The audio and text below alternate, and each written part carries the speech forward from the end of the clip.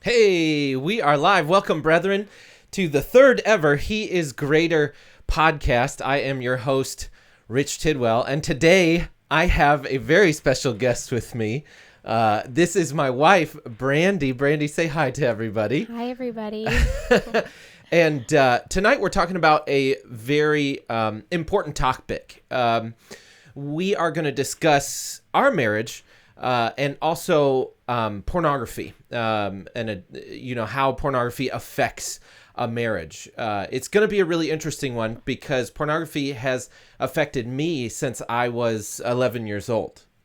And obviously entering into marriage with Brandi, that has also affected her life as well. So we're going to talk about that. But before we do, I want to give Brandi the opportunity to kind of introduce herself and tell you a little bit more about who she is. Take it away, my love. I am Brandi. I am Rich's wife. I am the co-director here at Legacy House, our charity that we've started together for aged out foster girls. And I'm a mother of two. We have an almost 3-year-old and an 11-month-old baby. So They're a handful, but we love them. That's my main job. And we counsel together. We've done premarital counseling with couples together, and we counsel our girls here at the house. And a lot of these things that we're gonna talk about. It's not just pornography. Addiction works the same way, essentially, with most things. It's a heart issue. It's a mind issue. It's a body issue. So as we get into how to deal with this, obviously pornography is very important. It's huge in our it's a reality that exists right now in our culture, and I think it's a lot farther reaching and a deeper issue than a lot of people recognize. That's the truth. So obviously we are going to be addressing pornography. However, these things can apply to essentially the heart of any addiction. So if you or someone you know suffers with addiction or struggles with addiction of any kind, even something that we would call minor, like a shopping addiction or a food addiction, pay attention and ask us some questions if you think that it might relate, or how you might change some of the tips that we give you to work with another type of addiction. Yeah. Pornography has affected our marriage personally, and we've also done so much marriage counseling with young couples that we've come to realize not only in my personal life and my struggle with pornography, that a lot of husbands and wives, but husbands specifically more often, struggle with pornography addiction, or as Brandi said, other addictions, because at the core of addiction, which we are going to get at tonight, the core of addiction is the same. So it might be manifesting as pornography for one person. It might manifest as heroin for another person. It might manifest as fitness. Literally people can become unhealthily addicted to fitness, believe it or not. And any overconsumption of anything becomes harmful. Pornography is not a good thing, but even something that is good for you can eventually lead to harming you. For example, if you consume not enough water, obviously you'll die from dehydration. If you consume the right amount of water, you'll be in good shape. And if you consume too much water, that can kill you. So there's a balance to many things in life. There's an appropriate amount of things to take in. And so addiction can come in a lot of different forms. But pornography, we're going to focus on primarily because that is an addiction that I have wrestled with since I turned 11, and a friend showed it to me, which we're going to get into this evening. I think also there's a lot of society right now that, for whatever reason, they want to deny that it's an issue, or that it's a problem in any way, even without an actual addiction to it. And I think that we would like to make the point that pornography is harmful. And we will bring that into it, just because really no one is going to argue with you that over-consuming alcohol or drugs is bad. Sure. But you will face some arguments if you try and bring pornography into conversation because people want to defend it, especially when it's something that they love. Well, and we're going to look at some statistics this evening that show that virtually everyone has seen pornography. Almost every single person alive has seen pornography, especially in the United States or first world countries that have easy access to the internet. But also that it is affecting marriages specifically, and it's also affecting pastors. I saw a recent statistic that said that 50% of pastors still have a problem with pornography, and that can lead to pastors, me being one, not talking about the problem. And I know that I've been very ashamed of the addiction, especially before Brandi knew. I was very ashamed of what I was doing because I knew it was wrong and I was repeatedly doing it. But some of you might not think that pornography is wrong. And if you're coming at it from a Christian standpoint, I want to point something out to you that Jesus said in Matthew chapter 5. Before we officially get started, I want to show this to you because this really helped me to better understand that this is a problem, and that just looking at it is actually sinful and destructive to a person. So Matthew chapter 5, verses 27 and 28, Jesus is speaking, and we all know that adultery is not okay typically. As a Christian, we typically understand that adultery is not acceptable. You know, being unfaithful to your spouse, I would hope, is not acceptable, or at least that it's a sin. People will understand that it's a sin. Right. Even if they're committing it, they'll know that it's a sin. Pornography tries to pretend that it isn't adultery, but Jesus kind of puts that to rest in Matthew chapter 5, verses 27 and 28, says this: "You have heard that it was said, 'You shall not commit adultery.'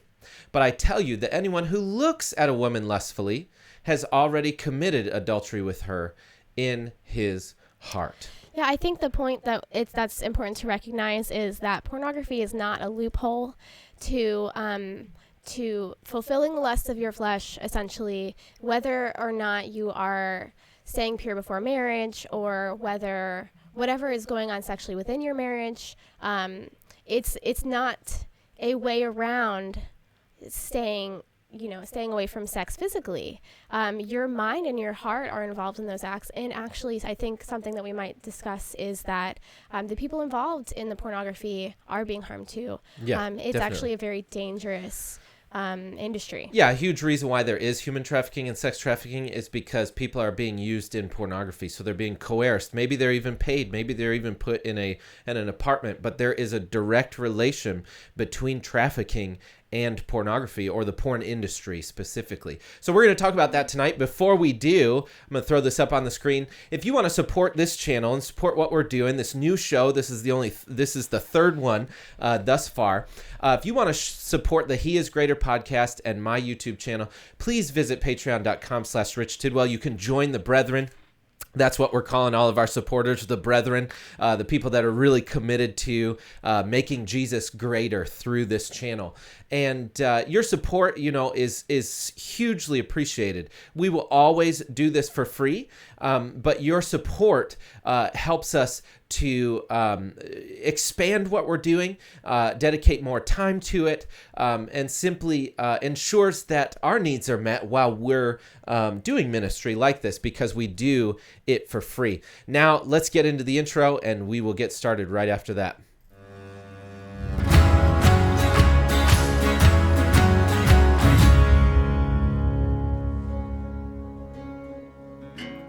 Oh, man, He is greater. He loves that intro. I love it because he truly is, like, Jesus is greater. Like, even with this addiction, even with the things that we struggle with in life, Jesus is greater. He's greater than me. He's greater than you. He's greater than an addiction. He's greater than any other power or principality or anything that we're dealing with. Jesus is greater. So that's why we named that show this. And I hope that an episode like this one tonight helps you to see that Jesus really is bigger and greater and stronger than this addiction that you might have been dealing with in your life or are still dealing with.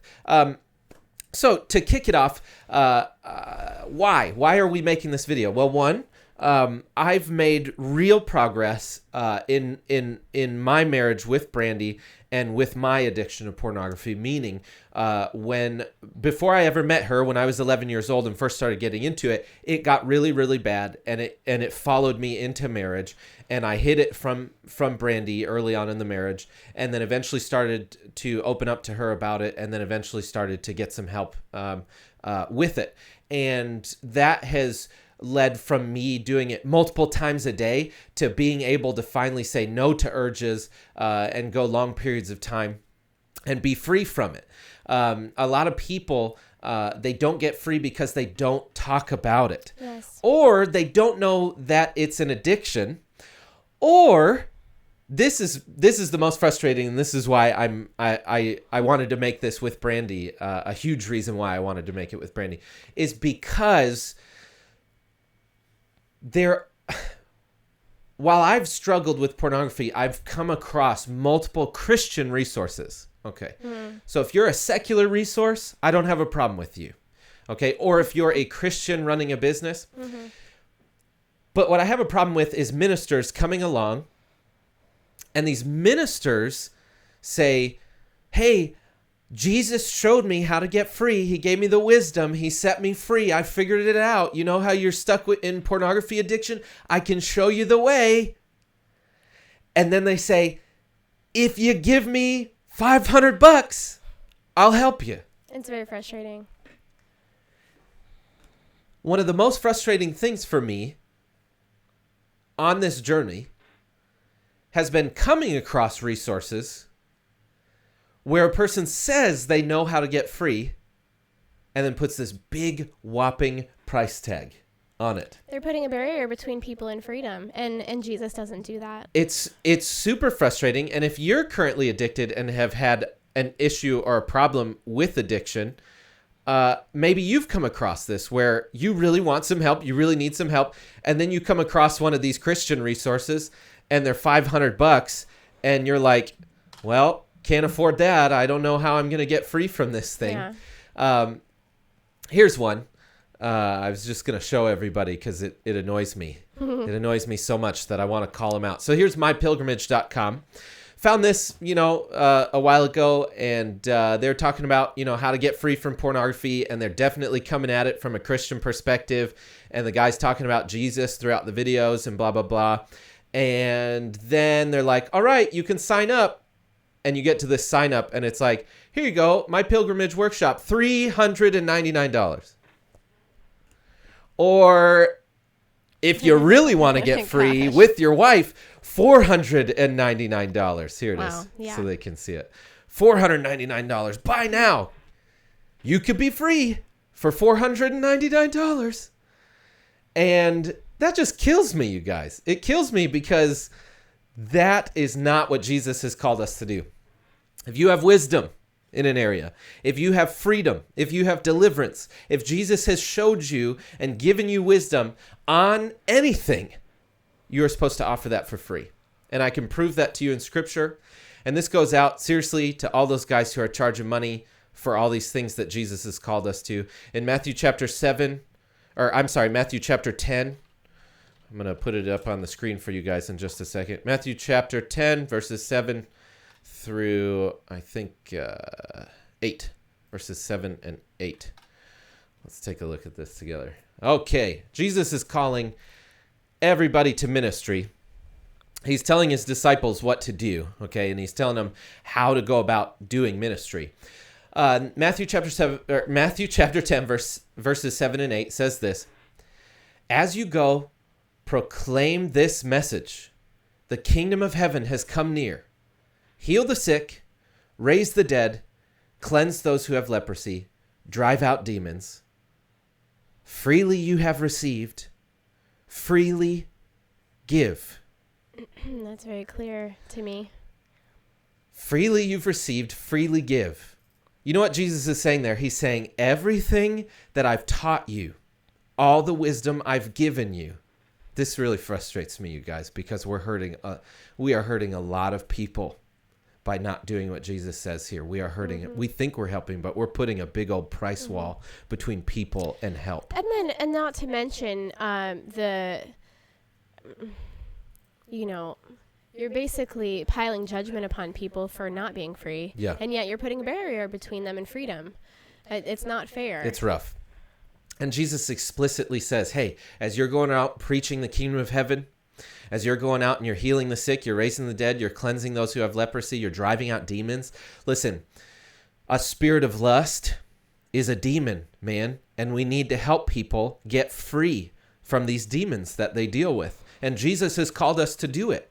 And he says, freely you've received, freely give. That means, Pastor Rich, if I have shown you how, if I have set you free, if I have given you methods to get out, if I've broken the chains and walked you out the jail, you need to do that for other people for free because I didn't charge you anything for it. Yeah. Jesus didn't go around and charge people for the ministry that he was doing.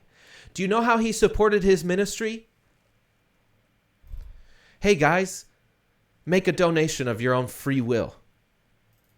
That's how Jesus supported his ministry. Yeah. Even the Apostle Paul said that although we are worthy of receiving our living from the gospel as ministers, that woe to us if we do not preach the gospel for free. It's so true.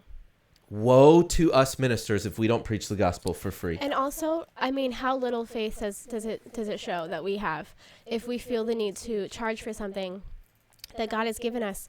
He wants you, or he wants us, he wants them to be doing that work. Do you not think that he would provide for you in order to get that work done? Do you not think that he would make sure that you were provided for to carry on the work that he gave to you in the first place? Yeah. And that's probably going to be its own podcast in the future. We're pretty passionate about that because the truth is, yes, the things that Jesus gives us as ministers are valuable, but we are never to charge for them. When Simon the sorcerer tried to buy the gift of healing from Peter, Peter scolded him like very harshly. Why? Because one, it's not for sale and it's not to be sold. Mm-hmm. And we've got to stop putting the gospel for sale. And so tonight, as we talk about getting free from pornography addiction, I'm going to share with you what God has shown to me and helped me with for free. And you're free to donate if you wish. But woe to me if I don't tell you for free, because Jesus helped me for free. He didn't charge me. We have nothing to lose here. I mean, it's just our time. We already have this information. Yeah. It's not like we're paying for something and to maintain it. Yeah. It's not like we have an overhead. It's not like we have something that, excuse me, that we're spending in order to share it. Yeah. It's nothing like that. Yeah, and obviously, the disciples and Jesus, they had needs, material needs, and that's what the donations went towards. They helped support Jesus and the disciples, and they also were redistributing to the poor. So, for example, with our church, essentially the tithe and the donations that come to our church, they help to support Brandi and I. Obviously, they're free will donations, but they help to support Brandi and I. And then we also run the Legacy House, and we ensure that aged out foster girls have a home. That's the way that God has designed this thing. When we do ministry, it's supposed to be for free, and we are supposed to offer these things for free, and we got to stop putting a price tag. So to wrap that up, essentially, you guys who are charging to help people get out of pornography addiction or any addiction, and you call yourself a Christian, you should be ashamed for charging. It's really not appropriate. It's not what Jesus has said we're supposed to do. Freely you've received, freely give. You should repent of that sin and start helping people for free and having faith in God that he will provide for you, that people will donate of their own free will. Okay. Moving on. I could literally it'll be another one because we have more. Frustrating. Okay. The effects of pornography. That's what I want to share with you guys. So this is a statistic from the Telegraph in the UK, and it says this. This is very interesting because pornography is affecting a ton of people. And those of you watching, you've probably seen pornography. And those of you watching, there's probably plenty of you who, if you'll be honest with yourself, have a problem. You can't stop. And that is an addiction, and you just can't stop. So take a look at this. Telegraph says this. Well, I can't pull it up on the screen, but I have it right here. It says, today it is believed the online porn sector is worth around $15 billion. I've also seen $16 billion. So 15 billion, and it reaches more people and younger people every year. In 2016, the analytics report of just one website, Pornhub, revealed that its videos were watched 92 billion times in 2016 by 64 million daily visitors. That's amazing. It's huge. It works out at 12.5 videos for every person on the planet. And not every person on the planet is using, so Sure. there are definitely multiple people who are multiply using. Right. I do want to make it clear that the addiction of pornography has been my issue. Brandi actually hasn't had a problem with pornography. And that's actually been a huge help for me because she doesn't have a problem with it. So she's been really able to help me, which we're going to talk about. Okay, so another statistic from Chalet. Is that what it is? Chalet.com. I will post these links after the video posts. Don't worry. It says this. At age 11, the average child has already been exposed to explicit pornographic content through the internet, which is amazing how often I read that number 11. 11, yeah. Because I was 11. I was 11 years old, and then we started looking into it, and it was like, whoa, 11 years old is the average age. It's also very near puberty. So, yeah. I think that it's likely that, friendships who are maybe a little bit older and things like that, and they're just curiosity because of the age, which I think can massively be helped, which we've discussed this, by a better open relationship with parents being able to discuss sexual issues. I think that's been really shut down in our previous generations, and that the kids will seek other places. If they're not getting the answers, they're not going to stop asking. They're just going to search it online. Well, now. And if we keep saying it's not a big deal, what it turns into is an 11-year-old like myself thinking and being told it's not a big deal by society is what I'm saying. Everybody treats it like, it's not a big deal. It's actually a lot of fun, and it can relieve stress and whatever. It's, whatever the crap that gets peddled is. And then all of a sudden you're hearing that repeatedly. It's not that big of a deal. You're not actually having sex with anybody. You're not actually doing anything wrong, even though Jesus said, if you look at a woman lustfully, you've committed adultery. And then it becomes more and more frequent, and it starts to consume you. And then one day you realize you can't stop. And that's a scary day. You can't stop. You try and stop. You can't stop. Especially not for like any real length of time. Like you resist an urge here and there, but you can't stop. And you can't stop for like a year at a time, or by the time you've quit for a year, you'll want to have quit forever because you realize how destructive it is. And so 11 years old is that beginning age. And what that means is that we're failing our kids. We've got to talk about pornography with our kids, whether we'd like to or not, at a young age, because they're getting access to it. And it has to be an open, ongoing conversation. I mean, they have to be able to come to you with questions, and we can't be ashamed to answer them. I mean, also as parents, if it makes you more comfortable, understand the biology yourself. Be able to explain to them in a very real way. Understanding how sex actually works.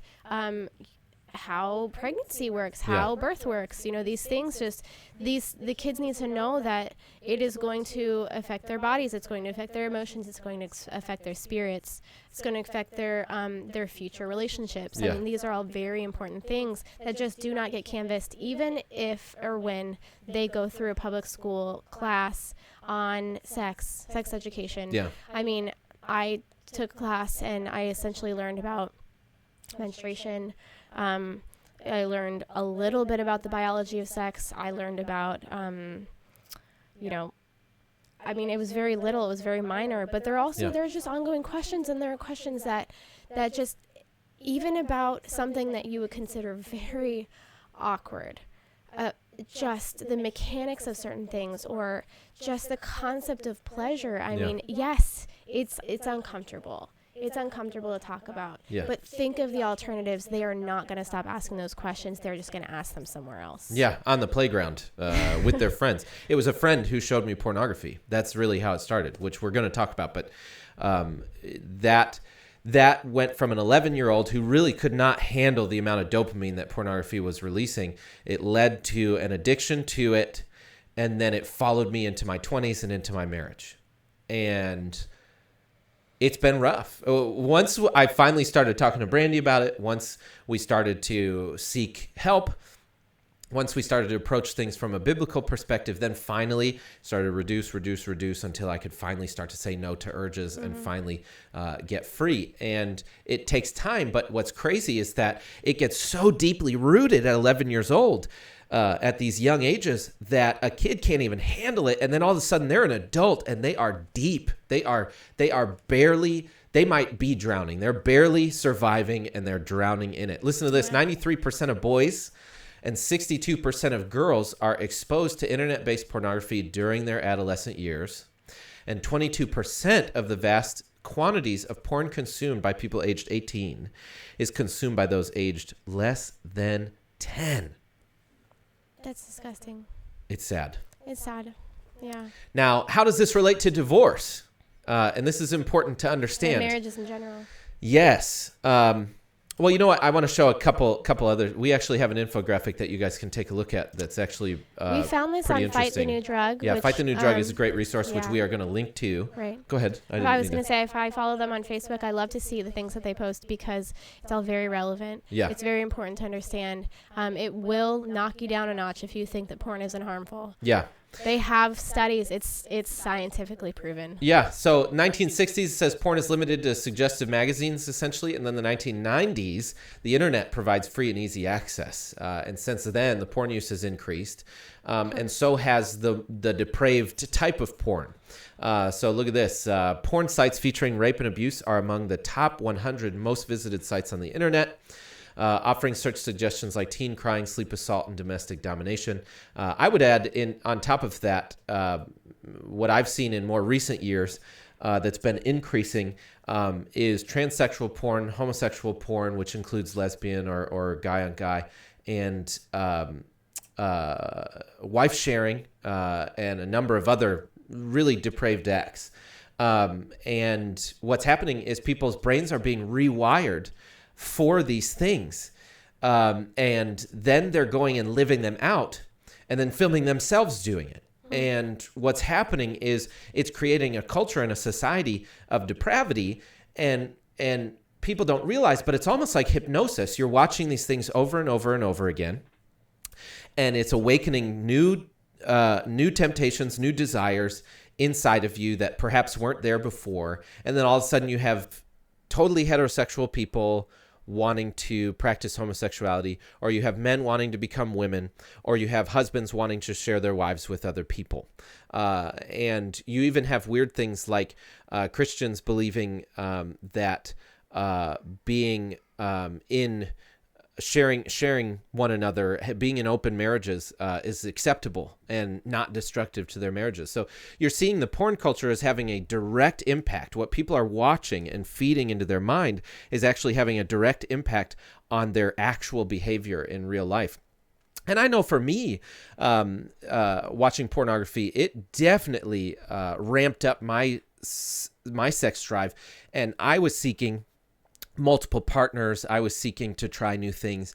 I was seeking to essentially practice the things that I was seeing in pornography. And so there was a direct correlation between what I was consuming and then what I was desiring outside of pornography. Take a look at this. Here's some of the latest research and developments. It says this: neuroscientists find pornography hijacks the brain's reward pathway and can become a compulsive behavior with addictive qualities. And I know that from experience that is true. It rewires your brain. Next one says research shows frequent porn viewers are more critical of their partner, more likely to divorce, and have decreased sexual performance.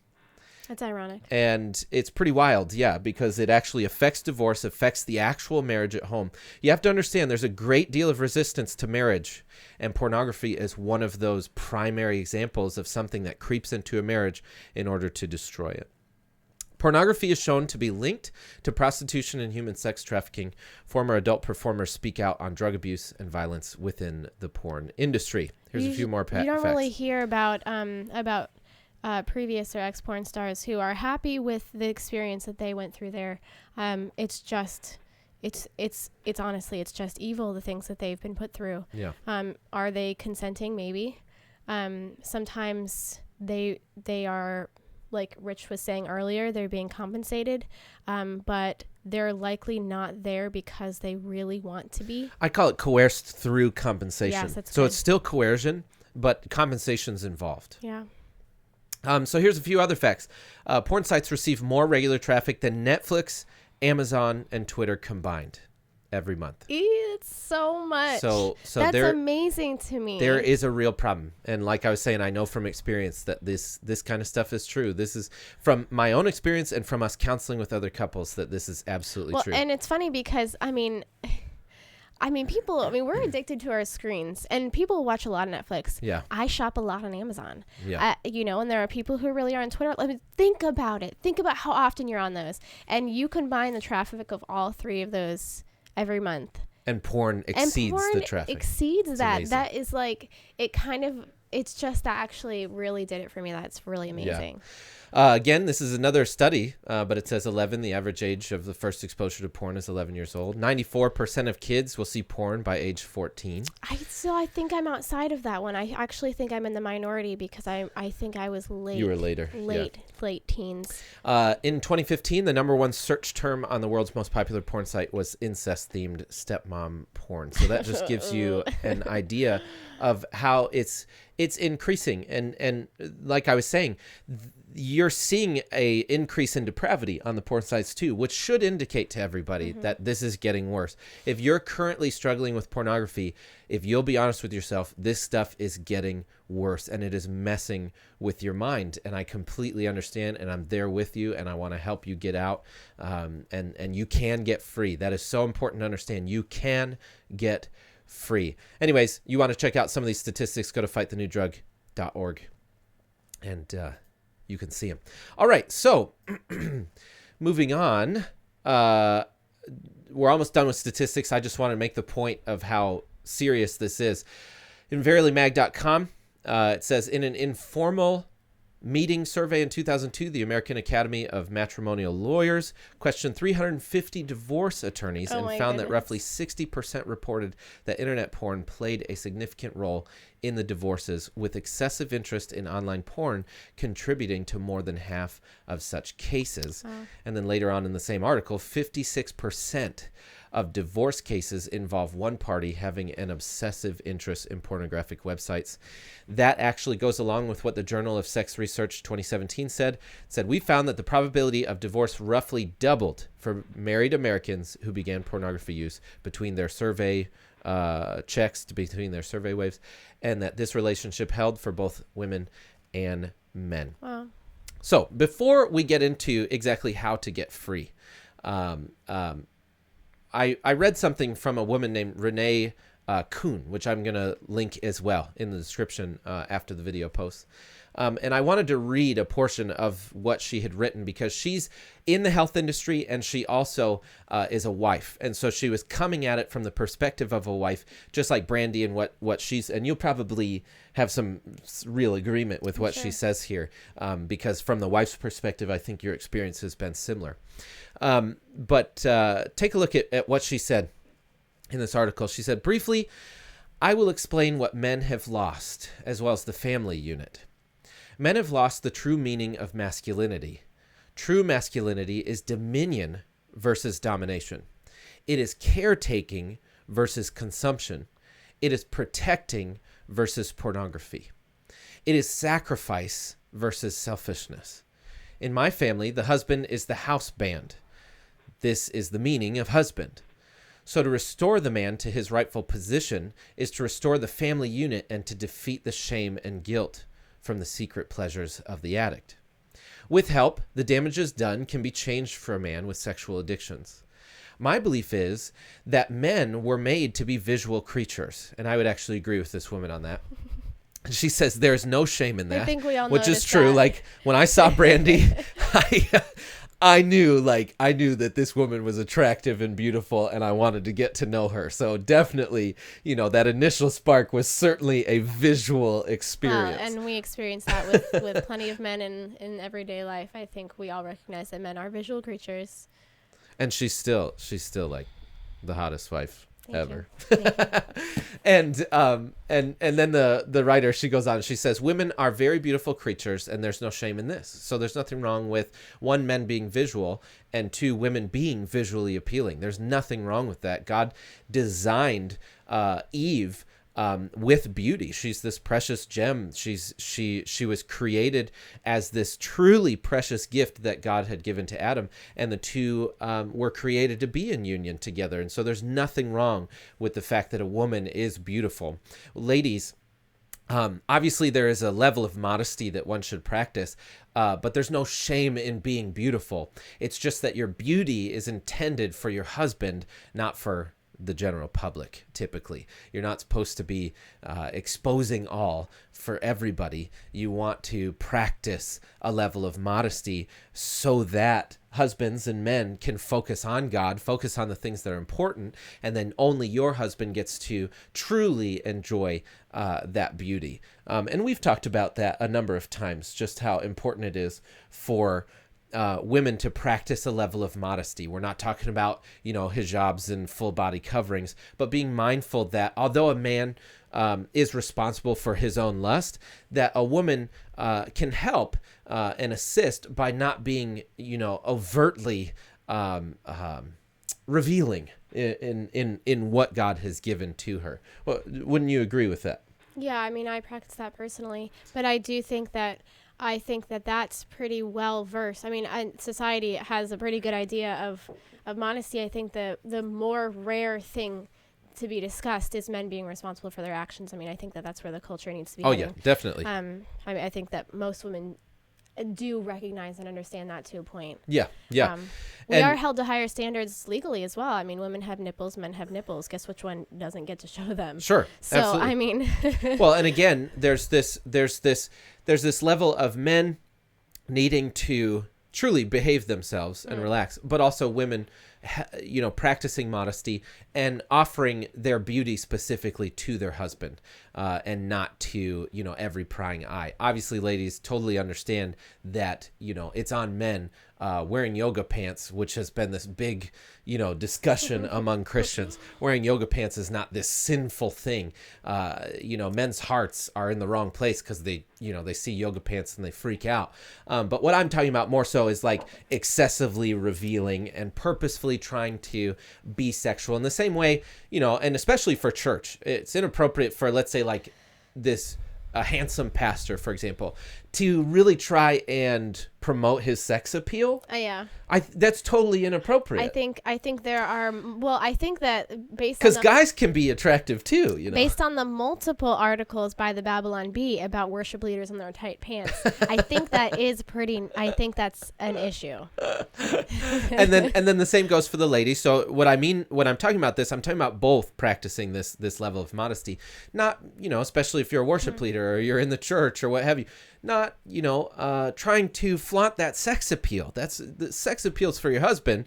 And likewise, the husband, the sex appeal is for your wife. So anyways, this writer, she's making that point, men are visual, women are beautiful. She goes on, says this: however, when a man has a thoughtful experience with an image of a woman, part of the brain is working just as it's supposed to be.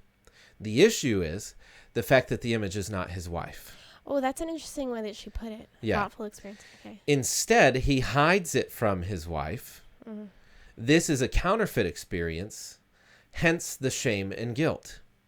And guys, if you've been feeling a sense of shame and guilt, if your conscience isn't totally seared yet, which that is what porn intends to do, is sear your conscience.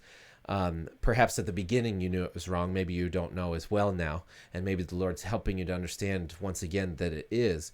The reason why we feel that shame and guilt is because, yes, we are in fact committing adultery. For you married couples, committing adultery on our wife. And if you are in a relationship of any kind, you're committing adultery on your girlfriend. And if you're single, you are setting yourself up for adultery, because you're not going to quit pornography the day that you have a girlfriend or the day that you have a wife. It's just not going to happen. You're kidding yourself. So this sexual lust starts maybe before there's a woman involved in your life, but it's going to carry on into it. And that's why it's important that we break this thing now.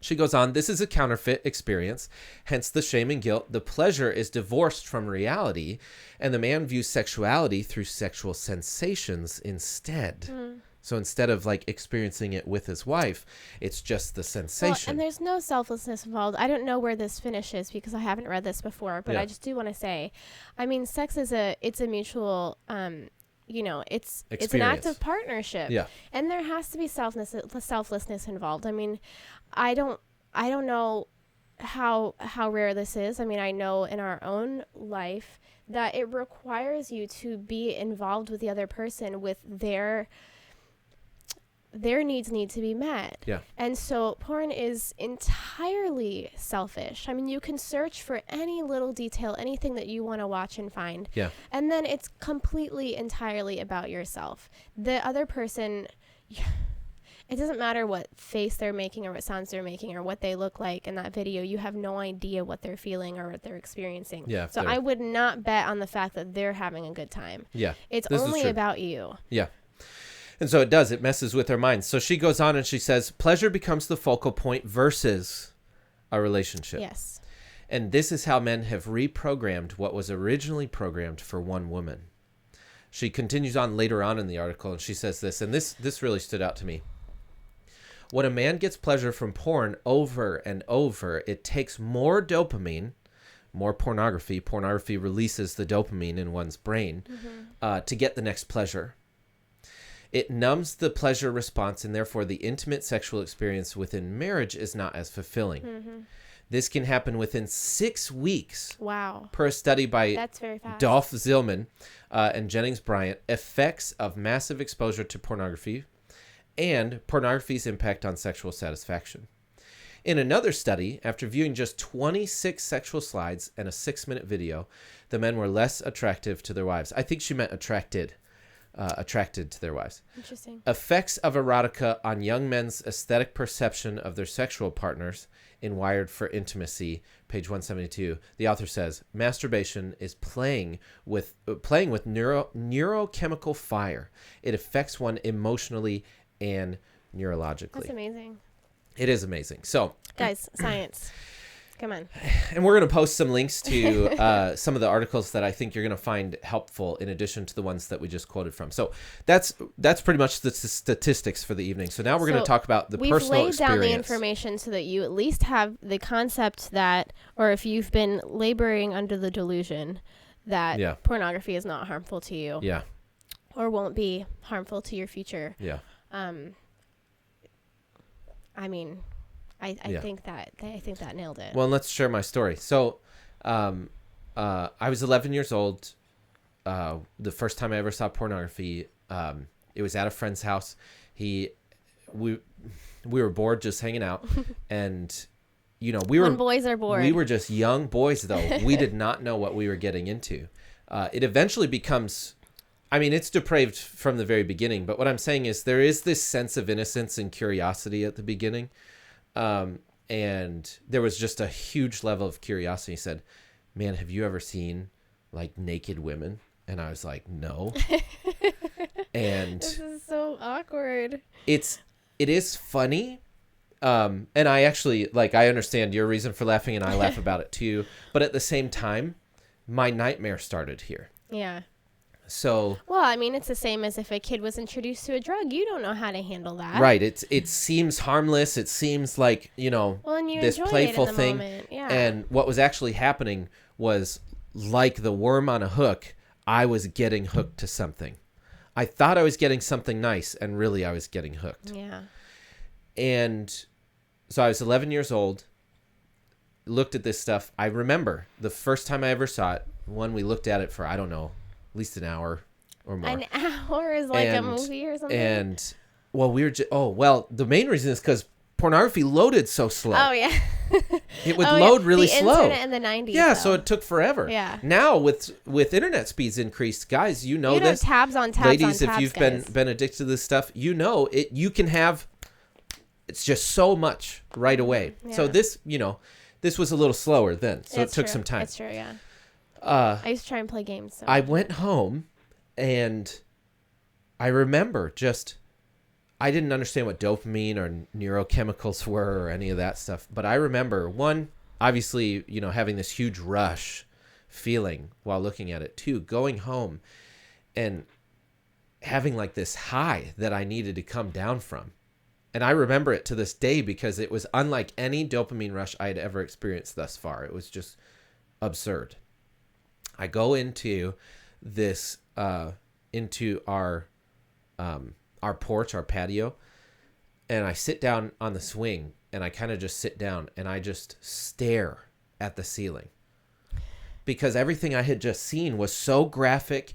I had never seen, for one, like naked women, and I had never seen sex acts before. I'm staring at a blank ceiling up above me. Kid. Yeah.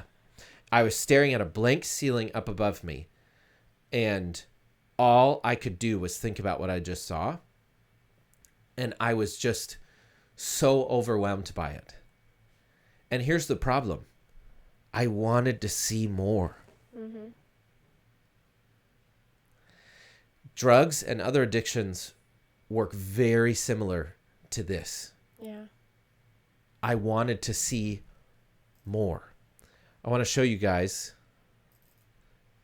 really quick this little graphic that I found pretty amazing because it's brain scans. Here, let me pull it up for you.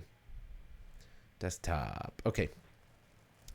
So these are brain scans. Wow. From a heroin addict versus a pornography addict. That's amazing. And how? What happens is your entire brain, just like heroin, is impacted and affected by pornography. So all these chemicals that get released, all this stuff is affecting your brain that way. Yeah.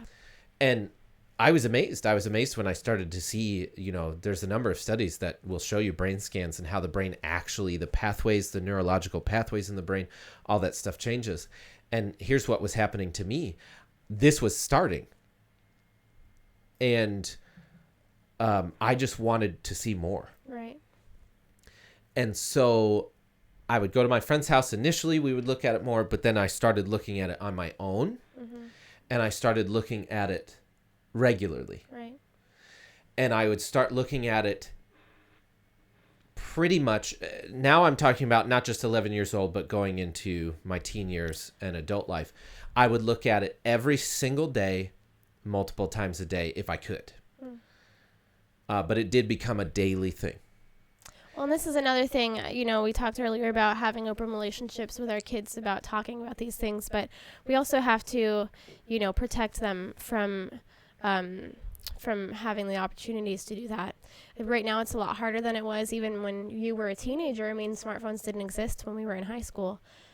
So, it's much more difficult. Kids are getting smartphones now, or even access. And last year, my daughter turned 2 at Christmas time, and we had 4 people offer to buy her a tablet. And I said, no, my 2-year-old does not need a tablet. Yeah. My 3-year-old does not need a tablet. And we love you guys, even though you offered those tablets. I know you're just being nice. But kids do not need one. They don't need that much access. These things are dangerous, yeah. They don't need that much access. They don't. Even when we're out at a restaurant, I hesitate to give my daughter my phone to keep her quiet. We bring a book. I mean, come on, guys. Well, what do you see now? You see teenagers and children while the family's out to dinner or lunch or breakfast. All looking at a screen. All on a screen. Yeah. And then they go home, and what do? They stare at their TV screen. Yeah. And they work on their computer screen. I mean, we do struggle with as a family as well. I'm not saying that we don't. But I'm saying that we have to recognize that the screens themselves, the likes from social media, these are addictions as well. These are things that are doing the very similar thing. Right. Yeah, they can be. They don't have to be. They're neutral in and of themselves. Pornography, I wouldn't say, is neutral. Yeah. But like I was saying, we need to be very aware. And I think, obviously, part of the reason that, and Rich will get to telling me, that I never would have guessed, because no, I don't want to hurt your feelings. I trusted him. Yeah. I never would have guessed that was an issue. Because, no, you're not hurting my feelings.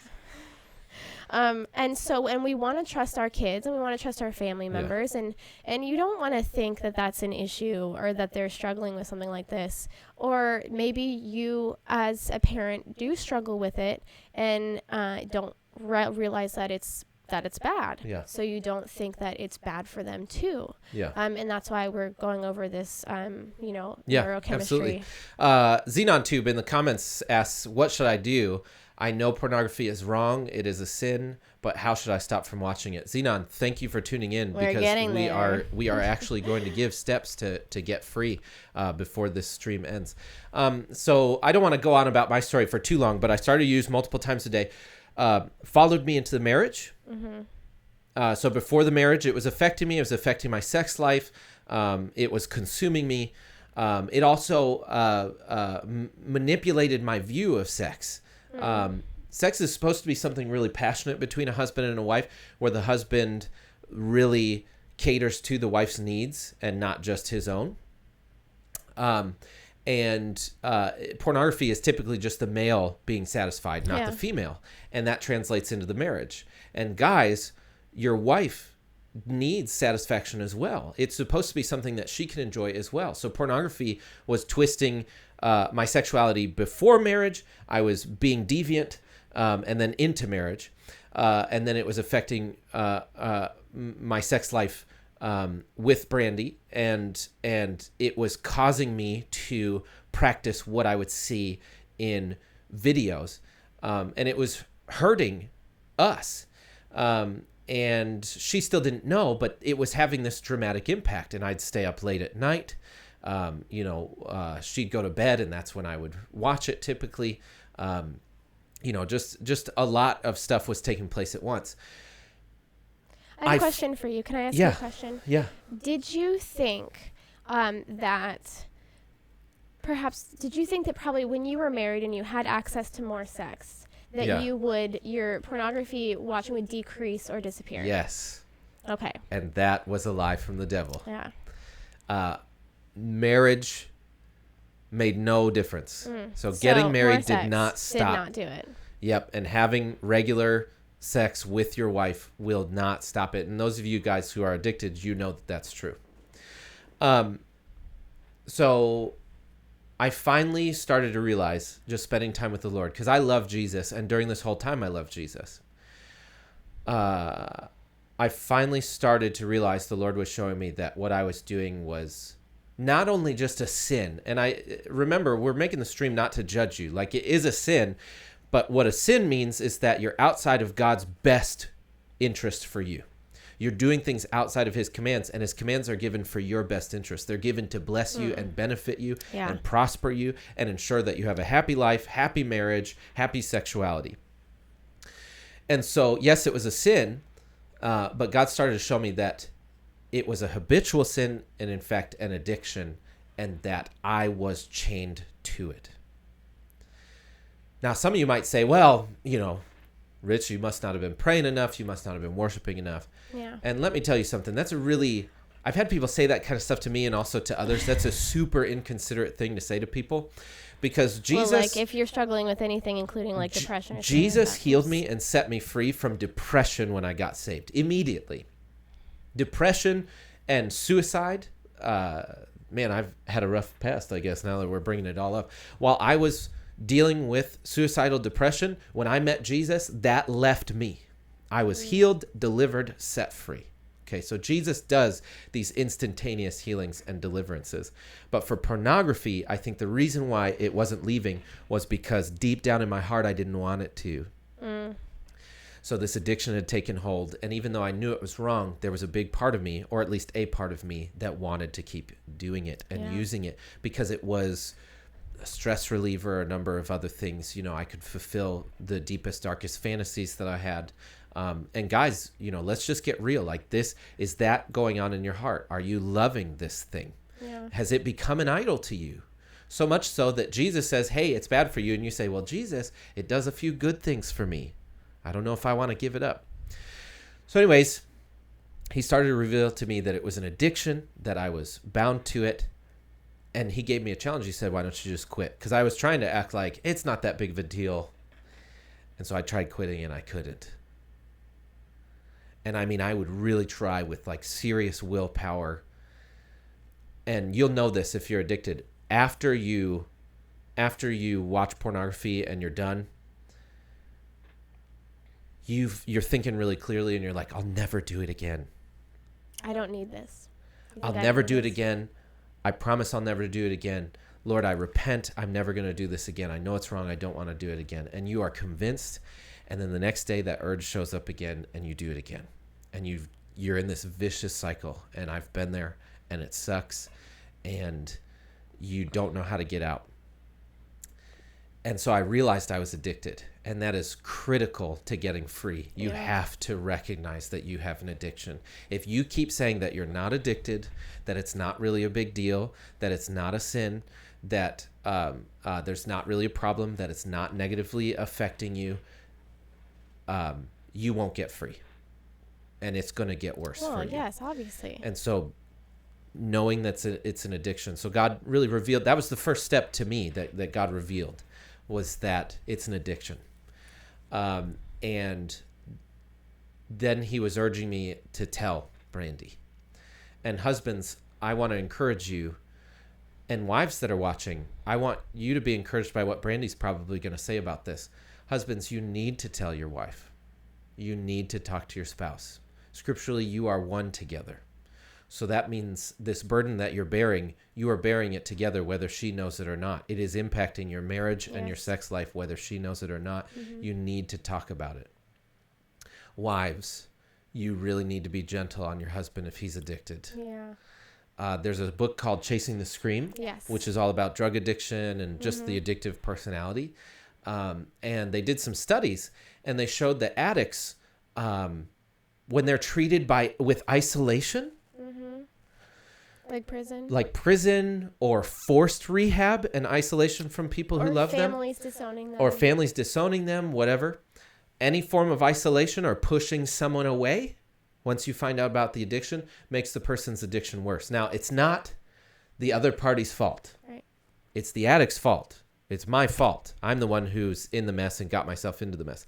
However, if you're on the receiving end of that addiction, or you're the one who's closest to the person, pushing them away or isolating them or ostracizing them does more harm than good. It actually doesn't help.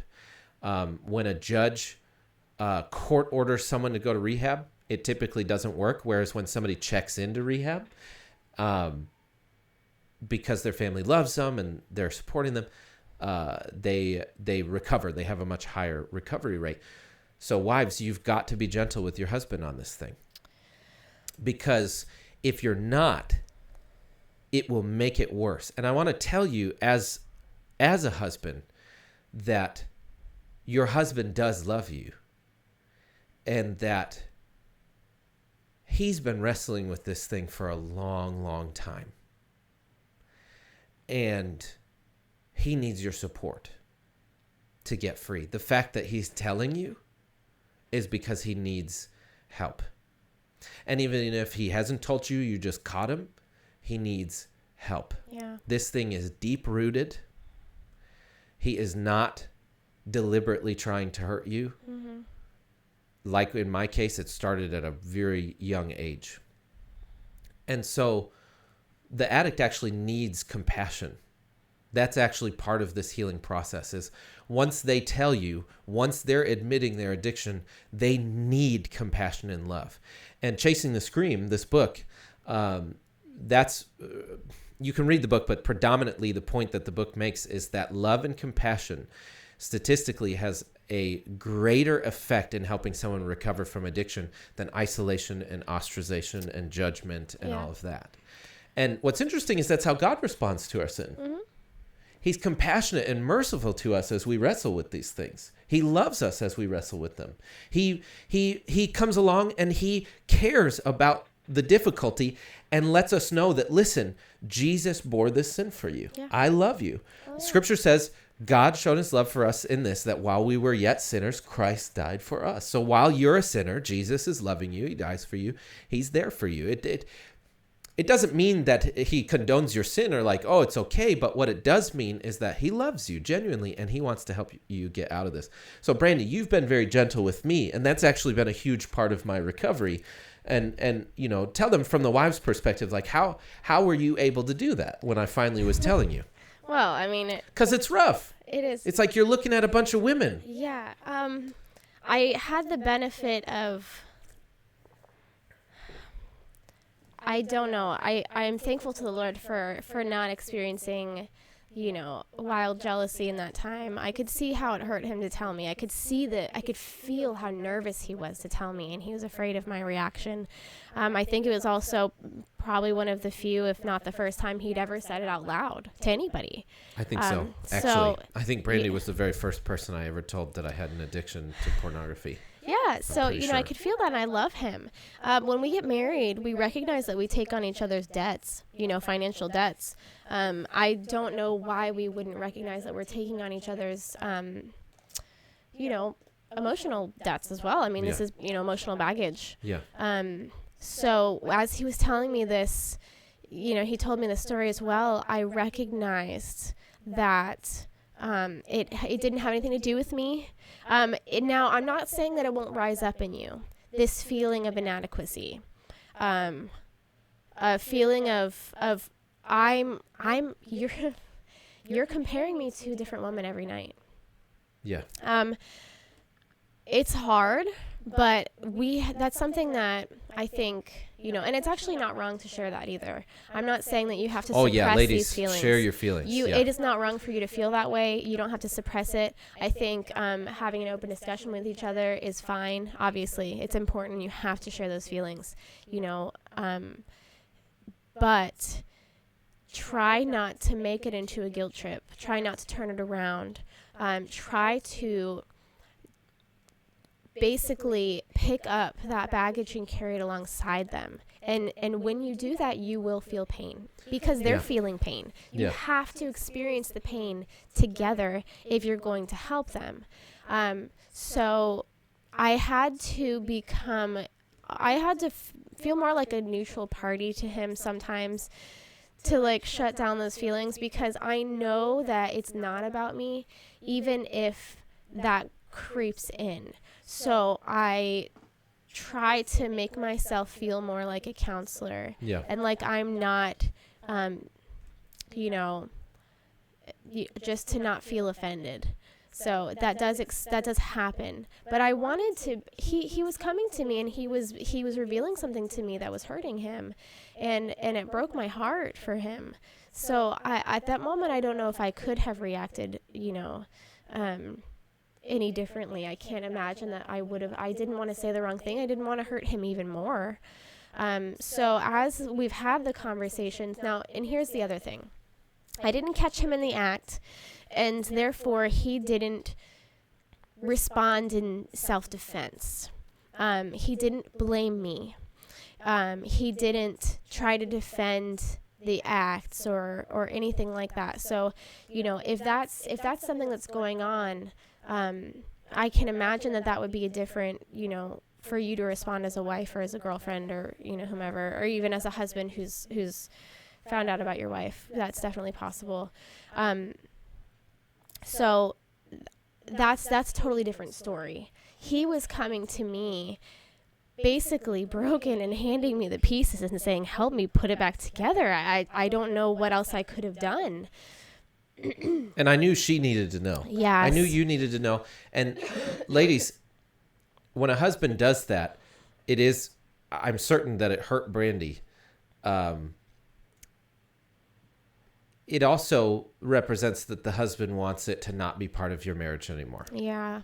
So I was appreciative of that. If you're watching this and maybe you and your husband haven't had the talk about pornography, or maybe it's sort of come up and you guys kind of don't really talk about it and you don't really know how much. Or you just maybe suspect. Watch this stream together after it's posted, and maybe it will spark the conversation between you two. Maybe he'll be willing to open up and talk about it.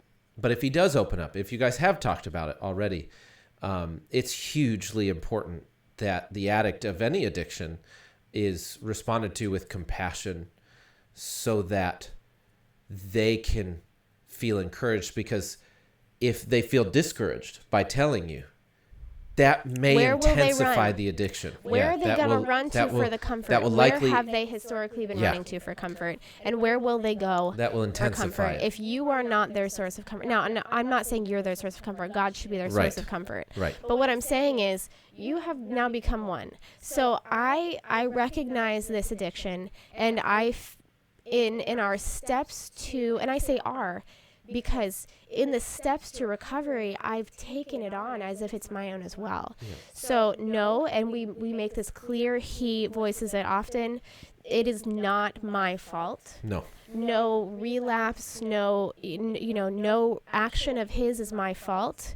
However, I do take on, I want responsibility in helping him recover in Sure. whatever steps those take. So, I am not going to do anything willingly, hopefully, that's going to hurt him or put him at risk in returning to that. So whatever lifestyle changes it requires, I need to be, front and center, a part of that. And I need to not discourage him from doing those things. I mean, Yeah. someone who needs to be on a very strict diet, you can't be eating everything that they love and can't have it in front of them. So, it wouldn't be fair for me to be like, well, you have an addiction, but I can watch porn sometimes every once in a while because I'm not addicted Sure. to it. Like, that's not fair. And whatever needs to be shut off, even if, say, you're triggered by a very graphic TV show like Game of Thrones, which actually is not something that one of the like most if that's sexually a depraved if that's a trigger mainstream for them, shows. you just have to stop. I mean, you can't dangle it right under their nose.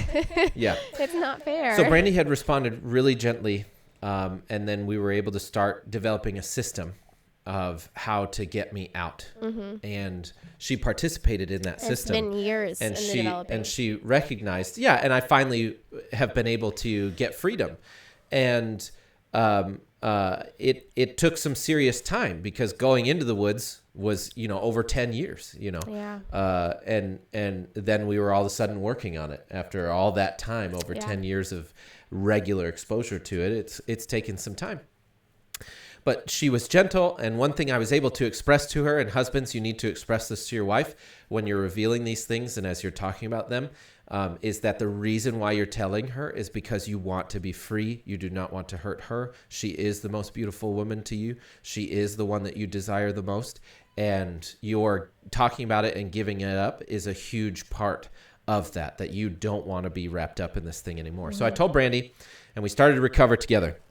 And now, now we're going to wrap up the stream, this final section of the stream. We're going to talk about how I've finally been able to get to recovery, how I've finally been able to get free from this thing. And several of these steps are actually taken from a blog written by Frank Powell, because when I read the blog, I was like, yes, this guy has it exactly right. And I wanted to be able to link you guys to something that you can read even after this stream. I did actually put this link in the description for the live stream, and I'll also have it posted when the live stream is finished and it's posted as a video. But several of these steps are taken from him. I want to say Frank Powell. And we've also added a few too. If Frank Powell, if you ever listen to this, if you ever see this, maybe you will. Thank you. Yeah, man. And thank you for doing it for free. Yes, for real. Like a Christian is supposed to. Because as he was other guys are charging $500 for this information. It's so irritating. As he found these steps and he was reading them to me, I was like, yes. Yeah. And these are not things that you think, it's not stuff that you really would think about off the top of your head. I mean, like, it takes work to figure these things out. So, I just think that's amazing. Yeah. So we're going to read them to you. That way we're not keeping you for too long. And those of you who are watching, thank you so much for watching. So here it is. Here is how you can get free. Before I even start the steps, I want to tell you something. If you are not willing to do these steps, you are not really wanting to be free. Mm-hmm. It's that simple. Yeah. And I feel for you. I understand, because I was there for a long time. I was not willing to tell Brandi. I was not willing to bring it to the light. But really, this sin needs to be brought to the light in order for it to get healed. And so you've got to talk to your wife about it, and you likely, probably, depending on how deeply rooted this is, need to involve other folks to help you as well, but definitely talking to your spouse. So if you're not willing to do the things that I list here, hey, that's where you're at, but you are not going to get free, and it's going to get worse. So when it does get worse, come back to this podcast. Yeah, come back, because this will help you when you're ready. Okay, number 1, admit that you have an addiction. Mm-hmm. You have to admit that you have an addiction. Mm-hmm. You have to admit that this is a problem that you cannot break. Yeah. That when you try and stop, you can't. Yeah. Because even if you stop for 30 days, for example, I know some of the porn groups that are like they're anti-pornography. They're like recovery groups. Mm-hmm. You know, they'll do like 30-day challenges, which is wonderful. Yeah. But then kind of the idea is that, okay, you know, now that you've reset your brain a little bit, you can do it a little bit more again, and we'll do another break eventually. You're just spacing out the addiction. I mean, you're still craving it. Yeah. You're really free when you're not doing it, period. Yeah. A heroin addict, when they stop doing it completely, is when they're actually free. Well, and that's the difference why we set up from the beginning, you know, just, I said earlier that there are some things that are neutral, but you can have an addiction to them. And so they would be okay in moderation. We set up, and hopefully you can recognize that we do not believe that pornography is neutral. We believe that there really is no benefit. Pleasure is not a benefit. It is designed to hurt your brain. It is what it is. So, you know, it's not like a coffee addiction, you know, where, you know, once you're not drinking it every day, you can have it every once in a while. I mean, it's not the same thing. Right. So you have to recognize that it's not like I need to break this addiction and then I can only watch it every once in a while, or, you know, when I feel like it. This has to be the kind of thing that you think and you hope and you want and you strive to come to a day where it will be the last time that you ever look at it the rest of your life. Yeah, you're just done. And that's when you're really free, and a lot of good happens. So part of admitting that you have the addiction is recognizing, in order for it to be an addiction or even something wrong in your mind, you have to recognize that the positives are outweighed by the negatives. Mm-hmm. So your positives in your mind, if you search it within yourself, might be that it relaxes you, which science actually says that it doesn't. It actually ends up stressing you out and wearing your mind out. But the lie is that it relaxes you, it de-stresses you. Another lie is that, it's helping me not cheat. Or it's sexual education. I've heard of counselors. Or sexual education. I don't know who these counselors are, but I've heard of counselors that recommend it as sexual education. And I'm just going to say, if you're a counselor, there are other ways to learn about sex.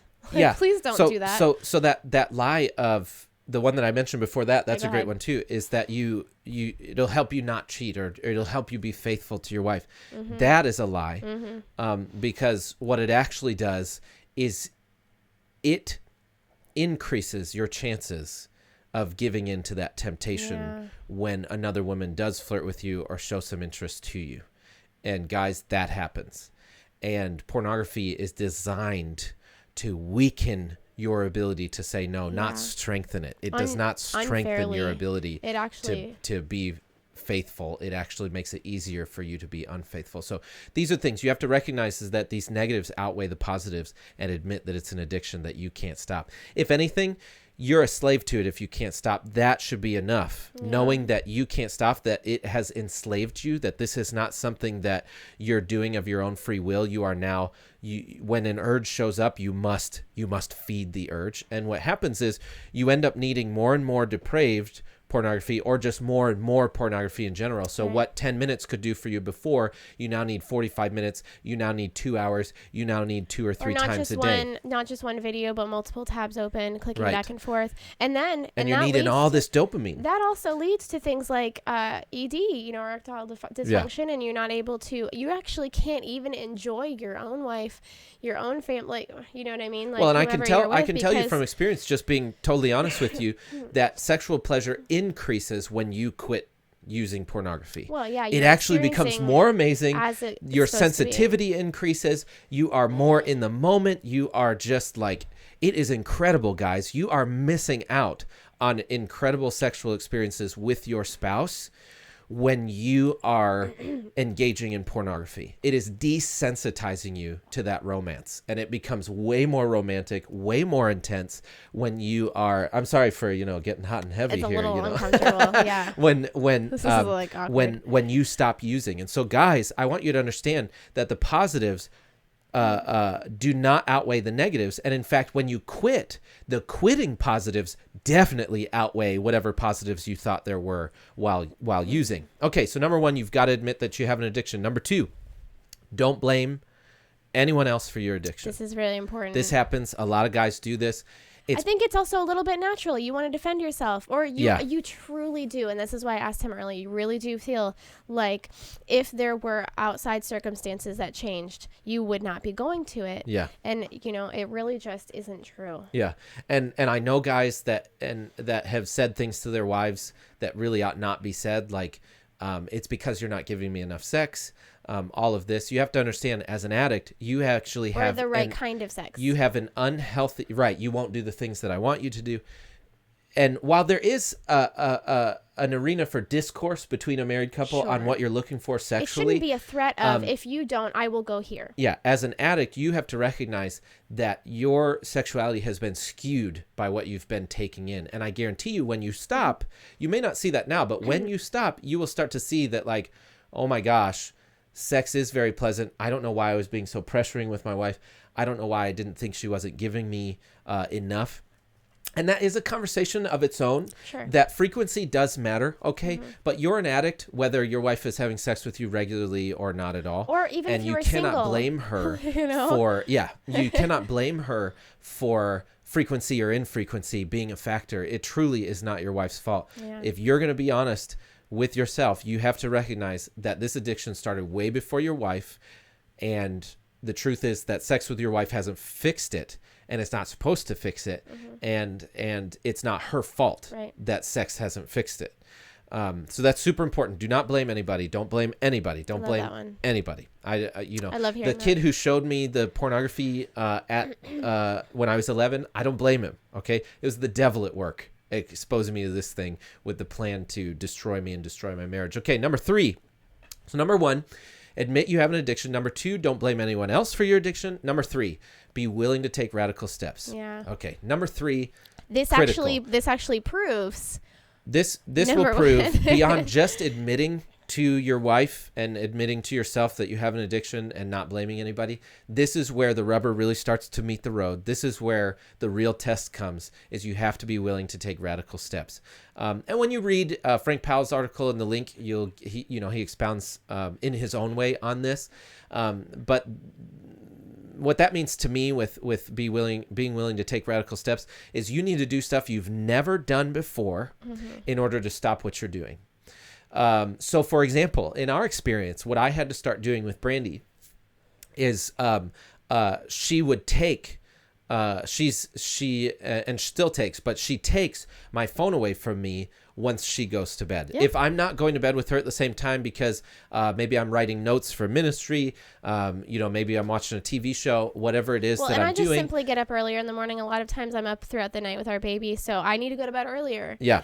So he will stay up, and I wish I could stay up. And we still do this. We still do this because it helps to protect you from that old addiction. So taking my phone, in Frank Powell's article, he actually had his wife not only take his phone, but take his phone and his laptop and lock them in a safe. And listen, if as you take radical steps, if your initial radical steps aren't working, get more radical. More radical. So if taking the phone away isn't working, and so you're just sneaking into the office and looking on the computer now, you need to develop an even more radical step at that point of perhaps locking those things in a safe that only your wife can unlock. And I'm serious. If you really want to get free, especially in those initial stages where you have almost no will, almost no ability to resist once the urge shows up. See, you might have will and to resist while you're well rested, while it's the middle of the day. But it might get late, you're tired, you're alone, and all of a sudden that urge is irresistible. These are the times where you need to put in these super radical steps. It doesn't mean for the rest of your life that this probably has to happen, but it probably can mean for a long time, especially if you've been addicted for a long time. There are also browsers that you can use that block certain types. Yeah, you can definitely get blockers. Those things are great for kids and excellent for kids. Yes, so those are great for awesome. kids. It's a little bit more difficult as an adult because I know in my You can work your experience way it's around it. really easy to get around them typically if you know anything Although about a computer. I don't, so it probably would work on me. Yeah, it'll work on some people. I mean, you're so a computer it all depends. guy, so yeah. it probably is So fine. for me, it really took taking devices away, just like Frank Powell.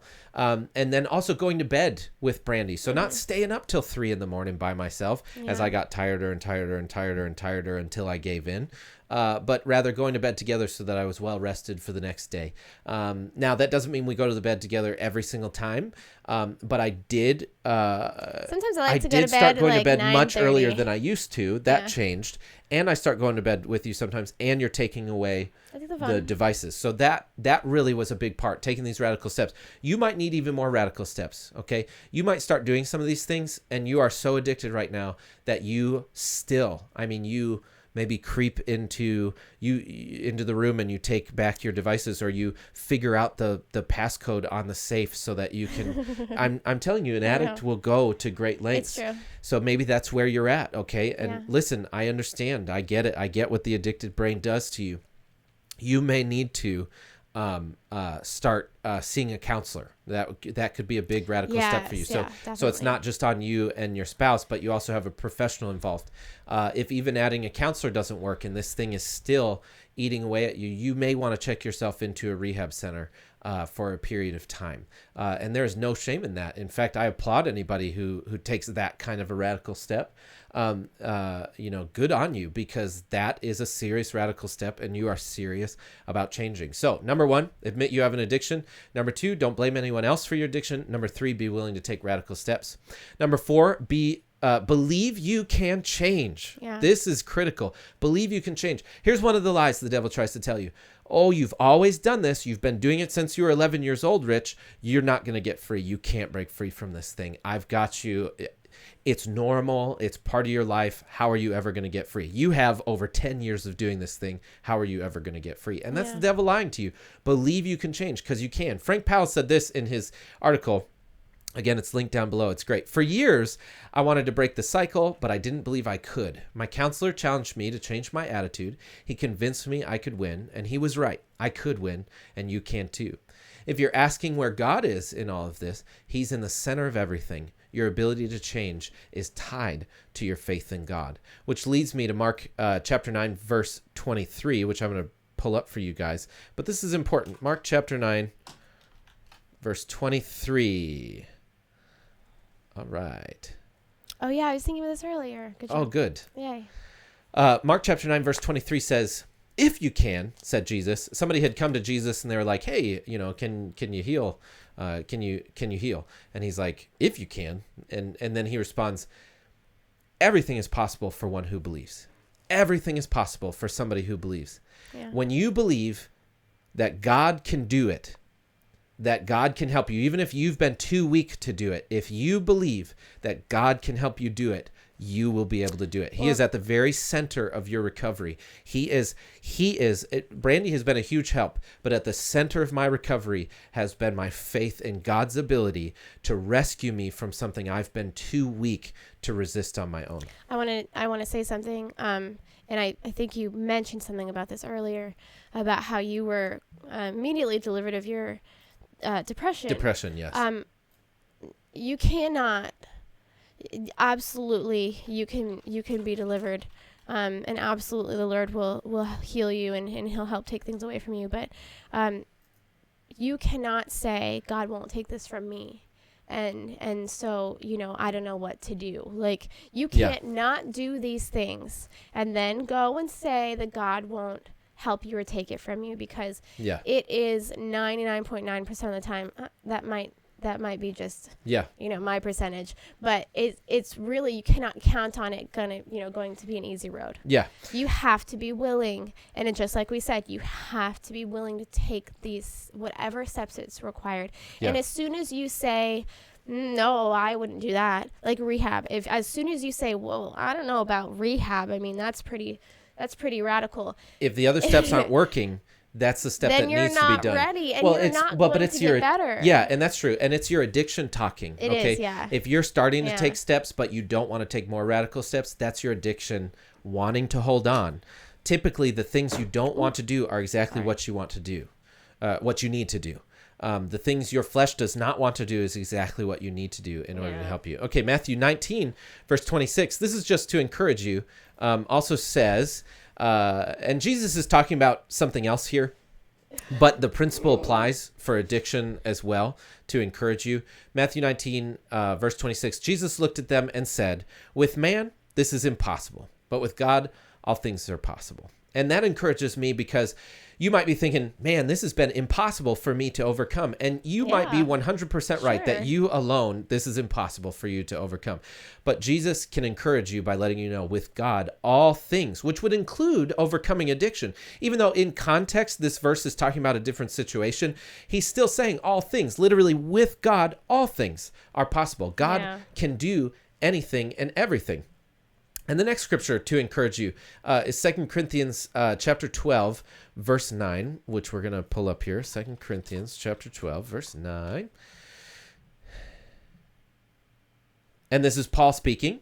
And he says this, but he said to me, my grace is sufficient for you, for my power is made perfect in weakness.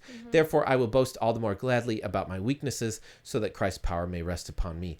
Again, in context, Paul is dealing specifically with a different situation here, not pornography addiction, of course. However, the principle applies that when we are too weak to overcome something, that Christ's power can rest on us and that we can overcome it, that his power is made perfect in weakness. When we recognize that we can't do this and that we must rely on him, that's when his power begins to show up in our lives. Love it.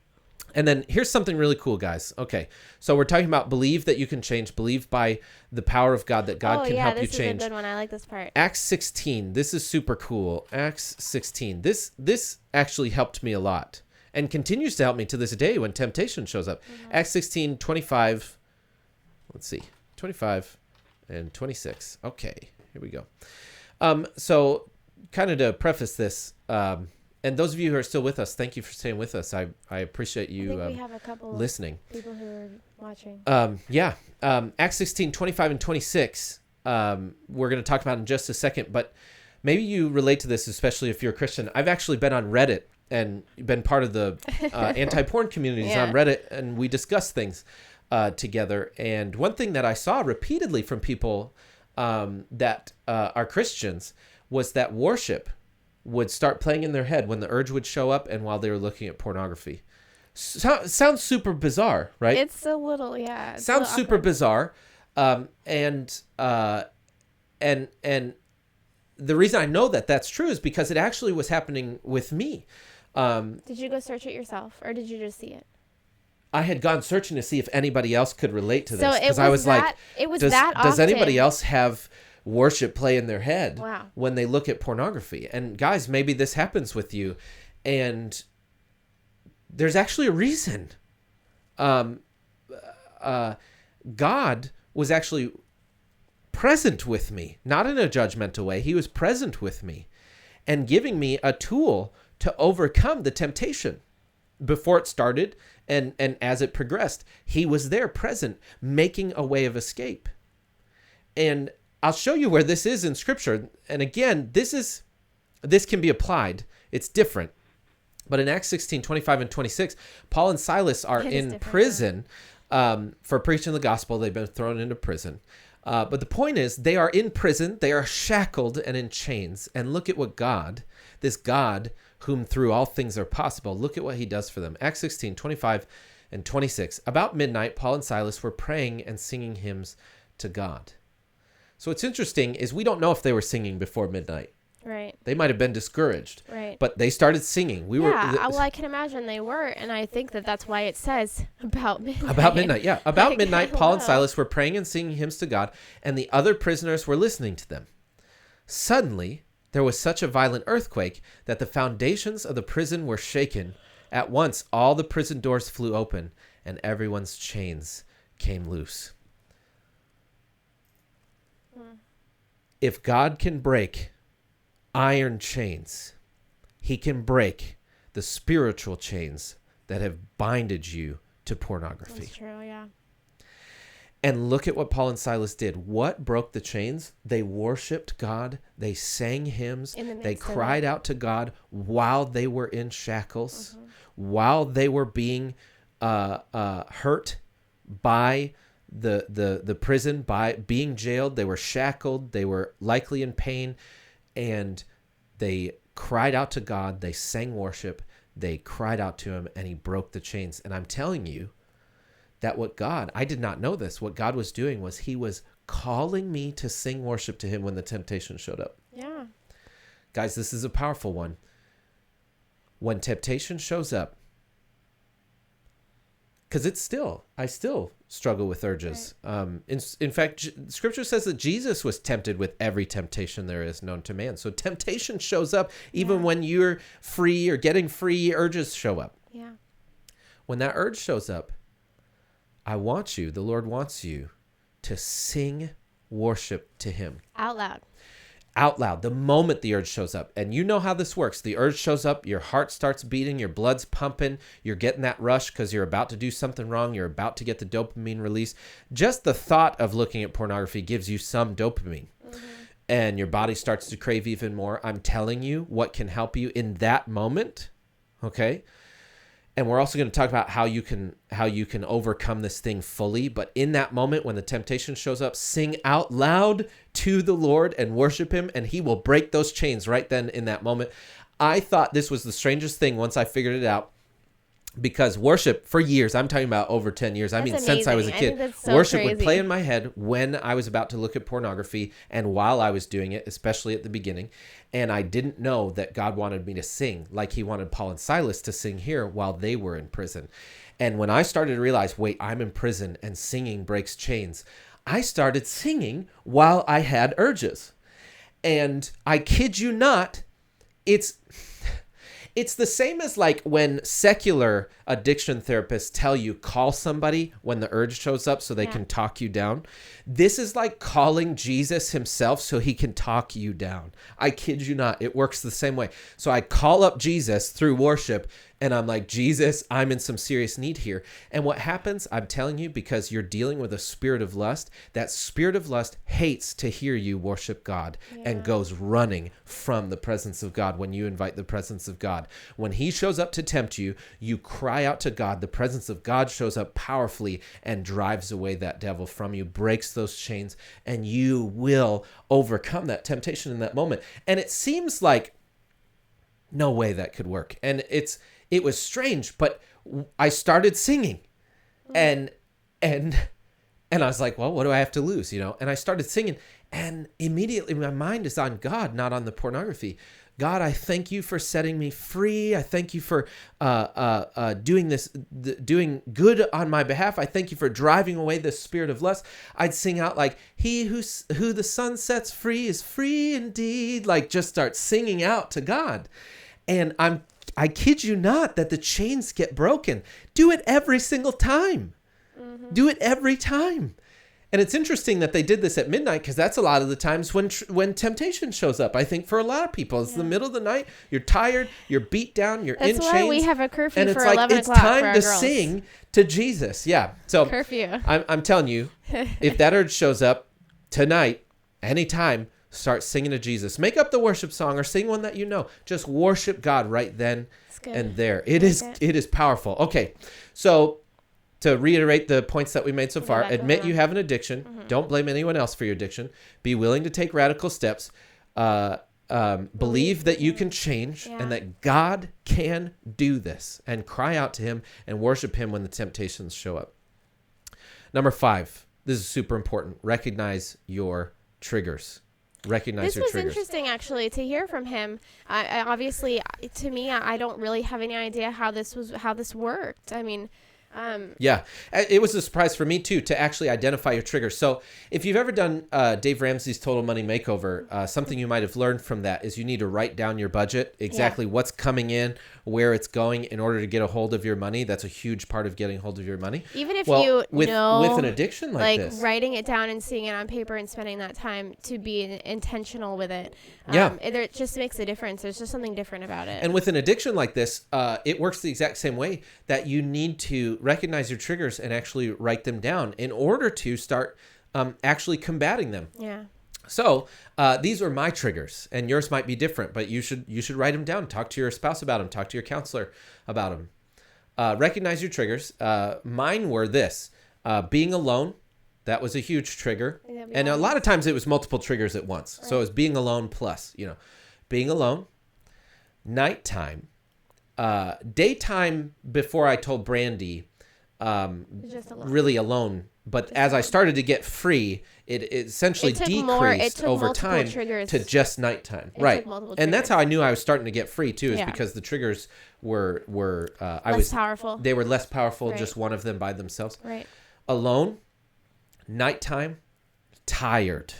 When you are tired, not getting enough sleep, had a long day, you need to go to bed. You don't need to stay up and browse the internet. You don't need to stay up and watch TV shows. You actually need to sleep. Yeah. That's actually what you need. So tired, alone, nighttime, tired. These were my triggers, and still can be. This is why I have to be mindful of them, so that I don't fall back into it. Stressed and anxious about maybe an upcoming meeting, event, or project. So you might be stressed out if you're in business. There might be a big project that you have coming up and you're using pornography to help relieve the tension. So that might be a trigger for you. And then this was serious for me too, before I was married and after. And that is when a woman would be flirtatious with me. That was a huge trigger. For one, the pornography increases the amount of temptation when a woman's flirtatious with you to actually give in to that urge with her specifically. But two, let's say you don't give in to that, that flirtation was, for me, it would lead to wanting to look at pornography later on, I like your parents' joke. They always say the most attractive thing about him is his wedding ring. Oh man, that say, is. You see the wedding ring and you're like, yes. Sadly true. Yes, and then women flock. They flock to the wedding rings. It's not. It's true. Uncommon. Women will flirt with him in front of me. Women will know that I exist, and they will flirt with him. Yeah. It's actually even before this whole journey with the pornography addiction. We've always been pretty open with each other on any kind of relationships or discussions with people of the opposite sex. We've never had a lock on our phones that the other couldn't get into. Yeah. Now the thing is, I just would never check his browser history. I never would have thought to. Like I said at the very beginning, that I just trusted him. It never crossed my mind that would be an issue. But our messages are always open to each other, and I think that's pretty important. That's important. And I started telling her about the temptations that I would have with women. And what kind of wet blanket is it? This all came together, telling you about the pornography, telling you about the temptations with other women, things like that. That was a big part of getting over this. I recognized that it was a trigger, and also it's designed to lead to you potentially practicing, sex with someone who isn't your spouse. And the more of a secret it is, the more likely that it'll get out of hand.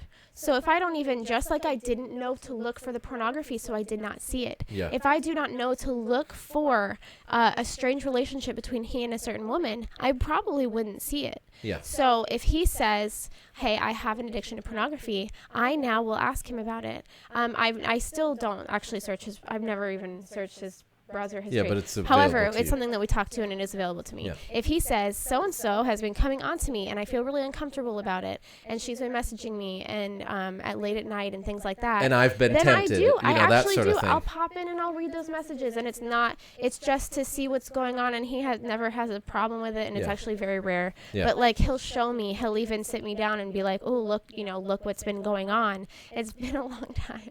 Yeah. But it does happen very occasionally, and it kind of kills not it. The interaction anymore isn't really happening. That's not really happening. But women will flirt with you guys, whether you're interacting back or not. So, but it ruins the fun when your wife knows about it. Yeah, and tell then your wife. Nothing really can happen after after that. Yeah. So recognize your triggers: alone, nighttime, tired, stressed, flirting. Those were big ones for me. Write down your triggers. Number 6, take care of your body. So that would mean exercising, sleeping, and eating well. Yeah. Okay. You need to exercise. That'll give you dopamine release, and it does help you. Don't let exercise become your new addiction, because that's just a whole new addiction that you'd be dealing with. Sleeping is very important. Primarily, it's when I was tired. Yeah. And so sleeping is huge. And then eating well is a big part of helping your brain to operate properly. Fueling your brain, fueling your body properly by eating whole grains, taking in less sugars, not consuming alcohol or very little alcohol. You missed the more important one. Taking in vegetables. No, absolutely. I'm listing all of them. You said whole grains first. Yeah. Well, I'm saying because a lot of people eat a lot of carbs, so you want to make sure you switch to the whole grains.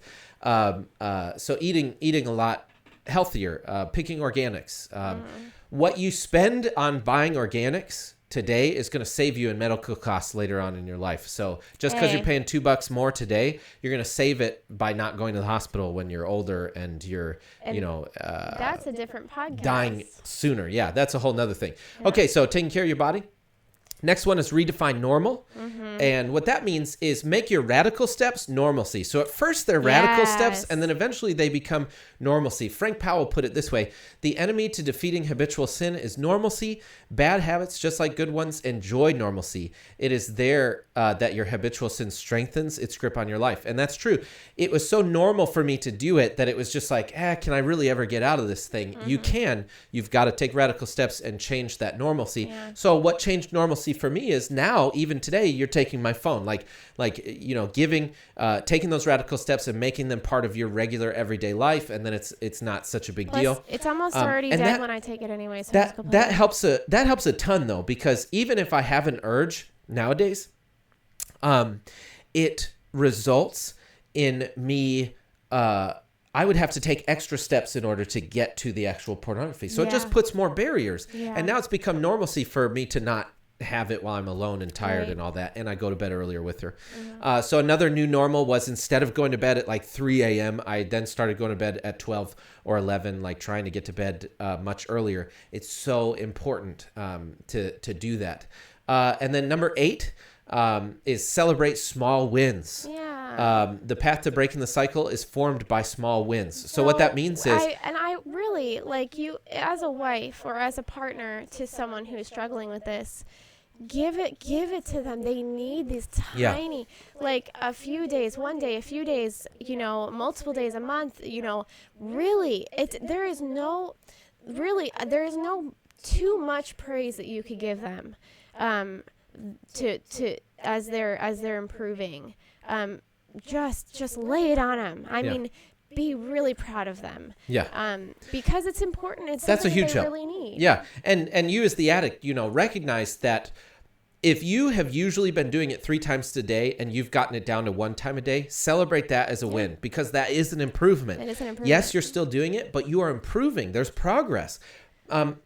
Literally, if you are doing it 5 hours a day and you've decreased it to an hour, great.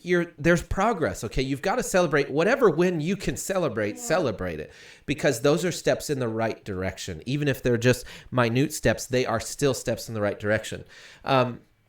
And as I was coming down from doing it maybe 3 times a day, 2 times a day, 1 time a day, then I was putting spaces every other day. Then it was multiple no days with it. Then it was weeks without it. That sort of thing. You've got to celebrate all of that as you're doing it. Yeah. And if you relapse, you can't destroy yourself over it. You have to recognize that, wow, I made a lot of progress. I'm going to get even further this time. And keep thinking that way, that God is going to help you get free from this thing as you celebrate these small wins. Eventually, that it will be your last. It will be your last relapse. It will be the last time that you ever do it, because just try for it. Yeah, you can't beat yourself up in between, because then what are you going to do? You're probably going to you can actually return to that could trigger you, beating yourself up, or wives beating up the husband because you relapsed. that could trigger him to Really, descend again. So that you is got to celebrate the wins instead of get mad at the I just want to failures. say that this is an off-limits topic in arguments. Yeah. It never once. It is not okay to bring this up to hurt them in an argument. I would hope that you wouldn't bring anything up to hurt them in an argument. That is not okay. Yeah. Any addiction, do not do it. Do not, because you know what? You are hurting them. And after the argument, you will regret it. And they may relapse because of that. I mean, we're talking about, this is something that, like, it should just be off limits. You cannot bring this up. Yeah. Don't use it to hurt them. Because it already hurts them. It's going to make it worse. Yeah. And part of celebrating small wins, I would recommend an app called Nomo. Yeah. Nomo. I believe the guy who's developed it is a Christian. Yeah. He it's a seems free like a app. really nice guy. You can donate to get no ads if you'd like. But either way, it's a free app. And on it, you can set a clock, set the date that you've started your recovery. And then you get like rewards for each day and then weeks and then months that you're not using. And if you do relapse, it resets the clock for you, but you're able to celebrate again that period of time. You know exactly how much time you went without it. And you're able to add accountability partners on this app. So I've added Brandi, and so we're able to share this clock together and celebrate, how much time has passed. And that's a huge part of the recovery is celebrating. And so this is a great tracker. One thing that was also affecting me is when I would go longer stretches, especially when I first started going longer stretches, I did not know how long. I would lose track. We would lose track, yeah. And part of being it's not the excited kind of thing about that you how can put on the kitchen calendar of like part of being excited about being free is how long you've been free. So this really helps you to really see how long you're making it. And it also is an encouragement when that temptation comes up and you're singing to Jesus and you're like, I don't want to give into this thing, to remember like, wow, I've made it, 160 days. I do not want to give into this. I want to keep going, that sort of thing. Yeah, that's great. Good job. So I don't have an addiction, but I did get the app, and I did. He added me as an accountability partner, so I can see his clock. Yeah.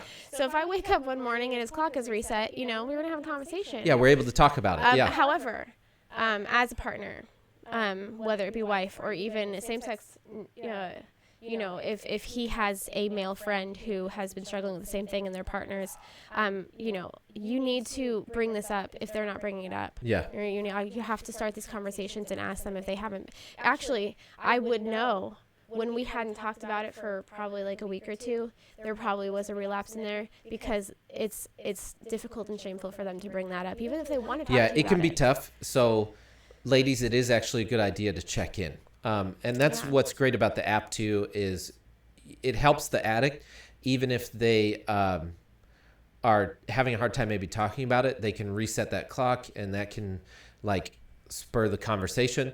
But wives, it's a good idea to check in even daily, especially at the beginning as they're probably having a hard time with it daily, talking to them.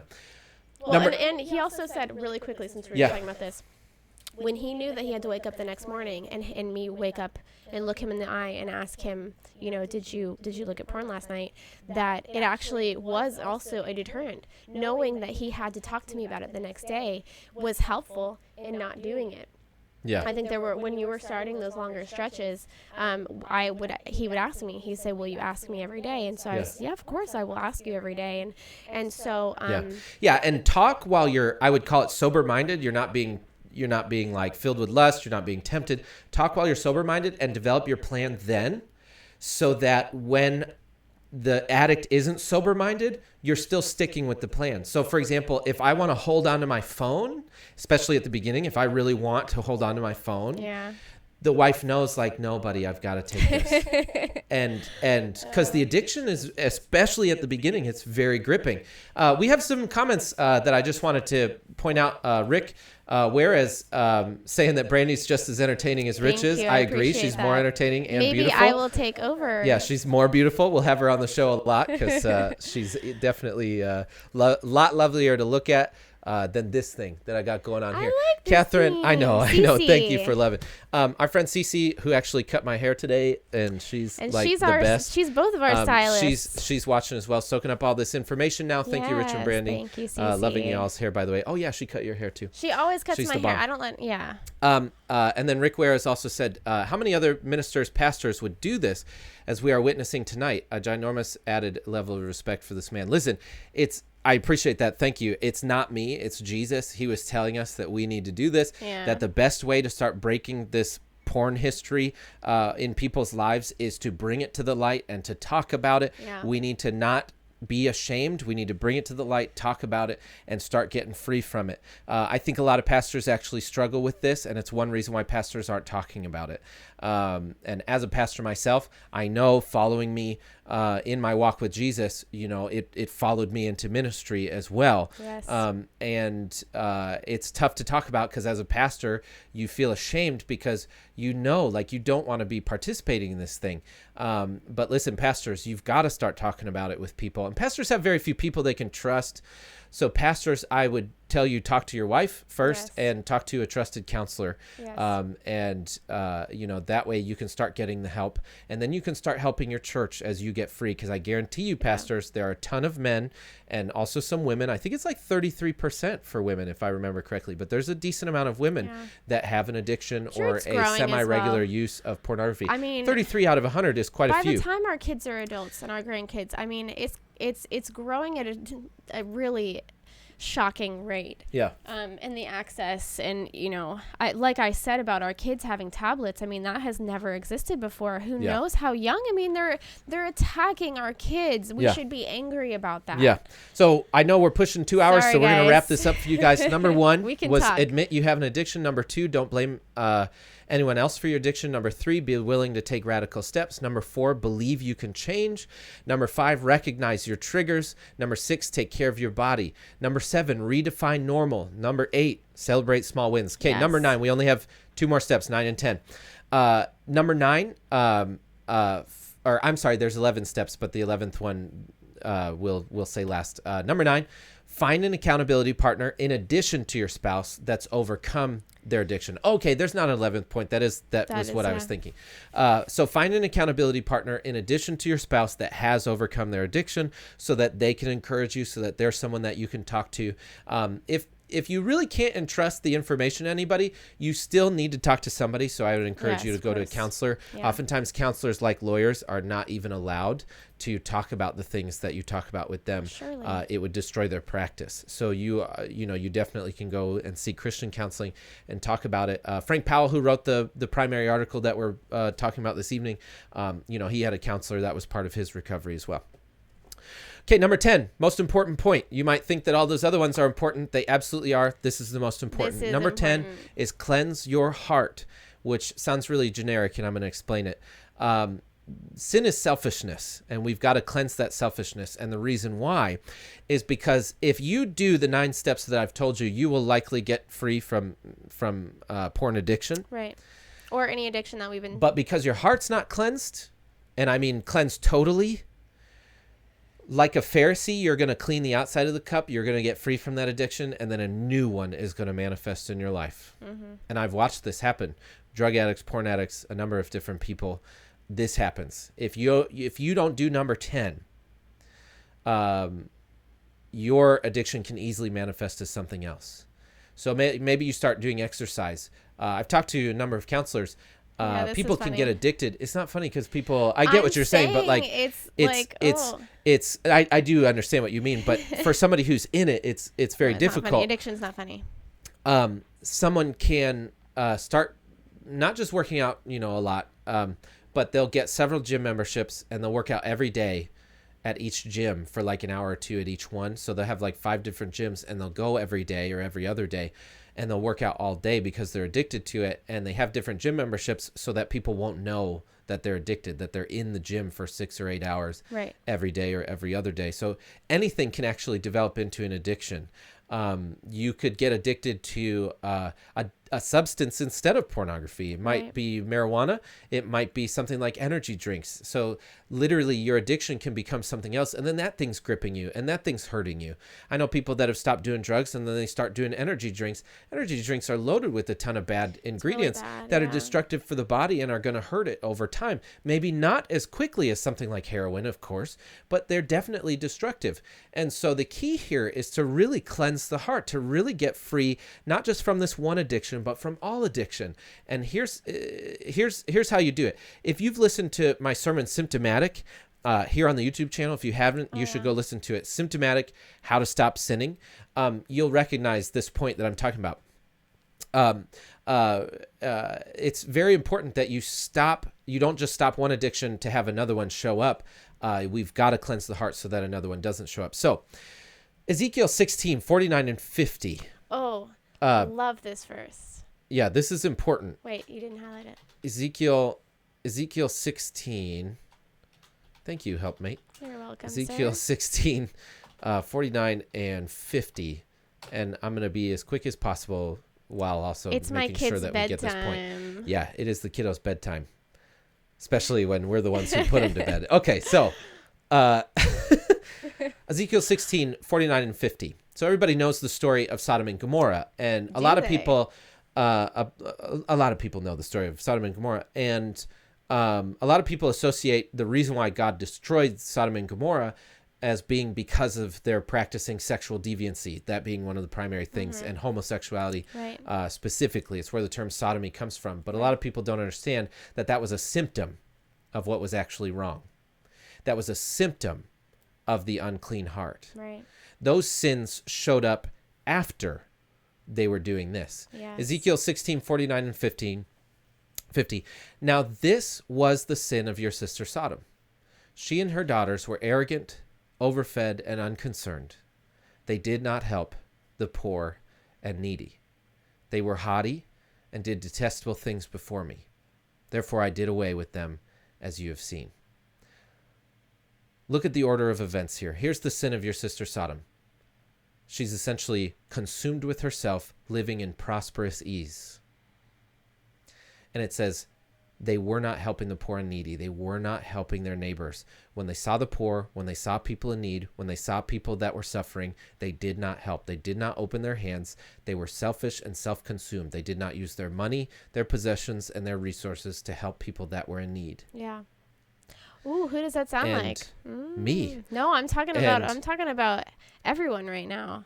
I'm talking about our whole country. Yes. And right. And that's a big reason why we see depravity in the nation, is because our nation has become increasingly greedy and doesn't care about the poor. I think you do a great job helping people. Well, no, what I'm saying is the addiction at the core before we started learning this point was that we weren't, I personally wasn't helping poor people. I wasn't helping people in need. I wasn't loving neighbor in action. It was just in word. And that's the same thing that Sodom and Gomorrah were doing. That's what led to the homosexuality. That's what led to the sexual deviancy.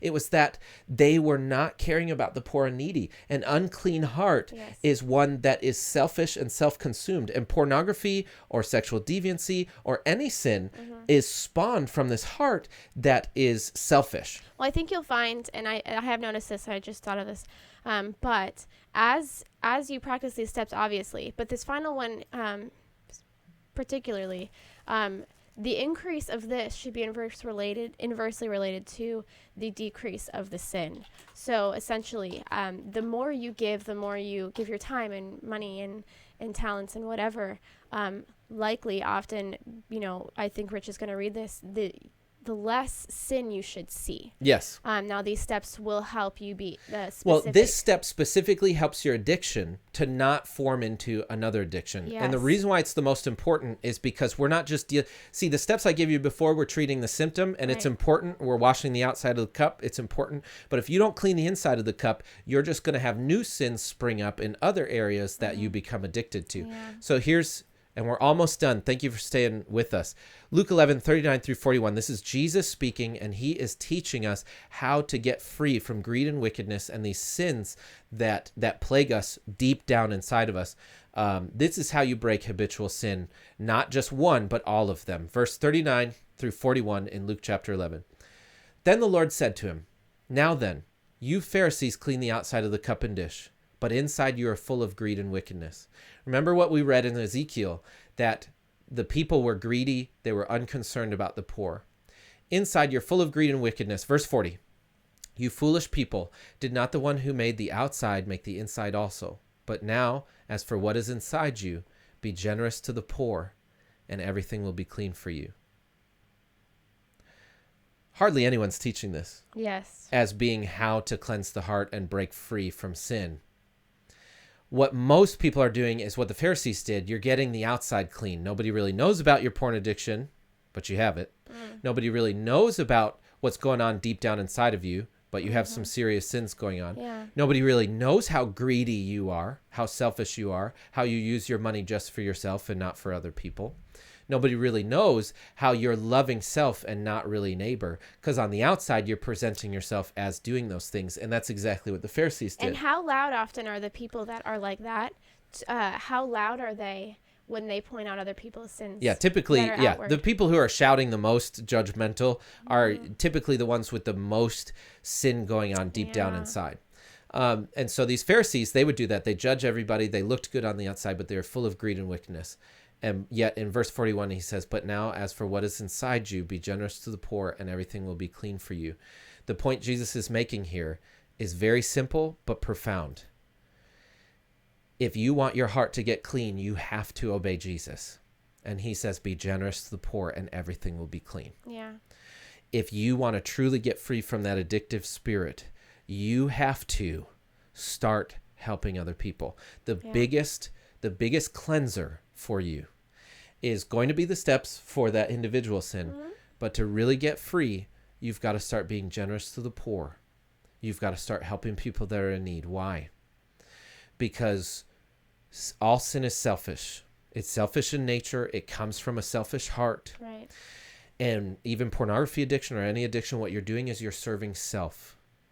And what Jesus has called us to do is to love neighbor as self. And what he says is, where your treasure is, there your heart will be also. Jesus said those words. And so he's saying how you're going to get your heart clean here in Luke 11 is you be generous to the poor. You use your treasure, you use your money to love other people. You really start loving other people. And that supernaturally begins to cleanse your heart and will cleanse your heart. And I mean regularly, not just one time, not just like, oh, I watched a video, so I went and gave a donation to my church, or I went and gave a donation to a charity. That's great. Good. That's a good start. Do something. But this is a lifestyle. Yes. This is something that you do regularly, that you are generous to the poor, that you're generous to people in need. Yeah. Jesus said you cannot serve God and money. And when he said those words, he said that you're going to have one of two masters in life. You're going to serve one and not the other. You're going to love one and hate the other. He says you cannot serve God and money. The two masters that are competing for your heart in this life are God and money. Why? Money feeds your addiction. You need money to buy the drug. You need money to buy the internet and the phone that gets you the porn addiction. You need money to buy that thing that you're addicted to. Yeah. You need money for the gym membership. You need money for the weights. You need money for this. You need money for that. You need money for it. You want to get set free from these addictive spirits, you've got to start using that money and giving it to other people. Love your neighbor as you love yourself. Don't just use money just to benefit yourself. Start benefiting other people who are in need. Jesus makes you the guarantee that if you are generous to the poor, everything will be clean for you. And I can attest to that. As our lives have increased in generosity, as we've dedicated our lives to serving foster youth and fatherless children, as we've dedicated our lives to helping the homeless and the poor, as we've dedicated our lives to doing what Jesus tells us to do, doing the good works that he's commanded us to do, that we've been saved to do. Ephesians 2:10 says you were created in Christ Jesus to do good works, which God prepared in advance for you to do. As you start to do those things, your heart gets cleansed. Jesus himself comes along and cleanses you. Why? Because Jesus said, whatever you do for the least of these, you've done for me. Yes. And what that means is whenever you're serving the poor and serving the least and serving those in need, you're serving Jesus simultaneously. And when you're in that kind of union with Jesus, heart cleansing takes place. Yes. It sounds crazy. Nobody really teaches this in the addiction community. That's why it's and not this improving drastically. is the key. Well, that's why This people is get out of one it. addiction only to fall into another one. I know. Is because this is the step that isn't being done. You've got to do this. Okay. Last scripture, and then we're done for the evening. Romans chapter 13, verses 9 and 10. I'm going to read this to you guys. Romans 13, 9 and 10. And really appreciate you guys being with us. Here we go. Paul speaking says this: the commandments, you shall not commit adultery, you shall not murder, you shall not steal, you shall not covet, and whatever command there may be are summed up in this one command: love your neighbor as yourself. Love does no harm to a neighbor, therefore love is the fulfillment of the law. See, if you're committing adultery by practicing, sexual deviancy, or by looking at pornography, this is how you get set free from this thing. You've got to truly start loving your neighbors. You've got to stop objectifying women and loving them. You've got to stop ignoring the poor and the needy and the homeless, and you've got to start helping them. You've got to stop ignoring the fatherless and the people that are in need that Jesus loves, and you need to start helping them. And you will fulfill the law by doing that. Yeah. And you will get Jesus will gift you and reward you with a cleansed heart. He will do it for you. You won't just look good on the outside. You'll actually get clean and get free. Guys, I hope that this has been a helpful conversation for you. I'm going to read the 10 steps one more time before we close this out. Write them down. Here they are. Or come back and watch the podcast. Yeah, you can watch it again. It's going to post. Admit you have an addiction, number 1. Number 2, don't blame anyone else for your addiction. Number 3, be willing to take radical steps. Number 4, believe that you can change. Number 5, recognize your triggers. Number 6, helpmate. Number 6, take care of your body. Number 7, redefine normal. Yeah. Number 8, celebrate small wins. Number 9, find an accountability partner in addition to your spouse. Number 10, cleanse your heart, or in other words, allow Jesus to cleanse your heart by obeying him in Luke chapter 11, verses 39 through 41.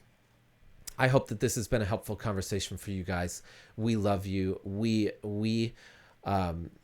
just know that this needs to be talked about with the hundreds of millions of people that are logging on to pornography websites every single day. Yeah.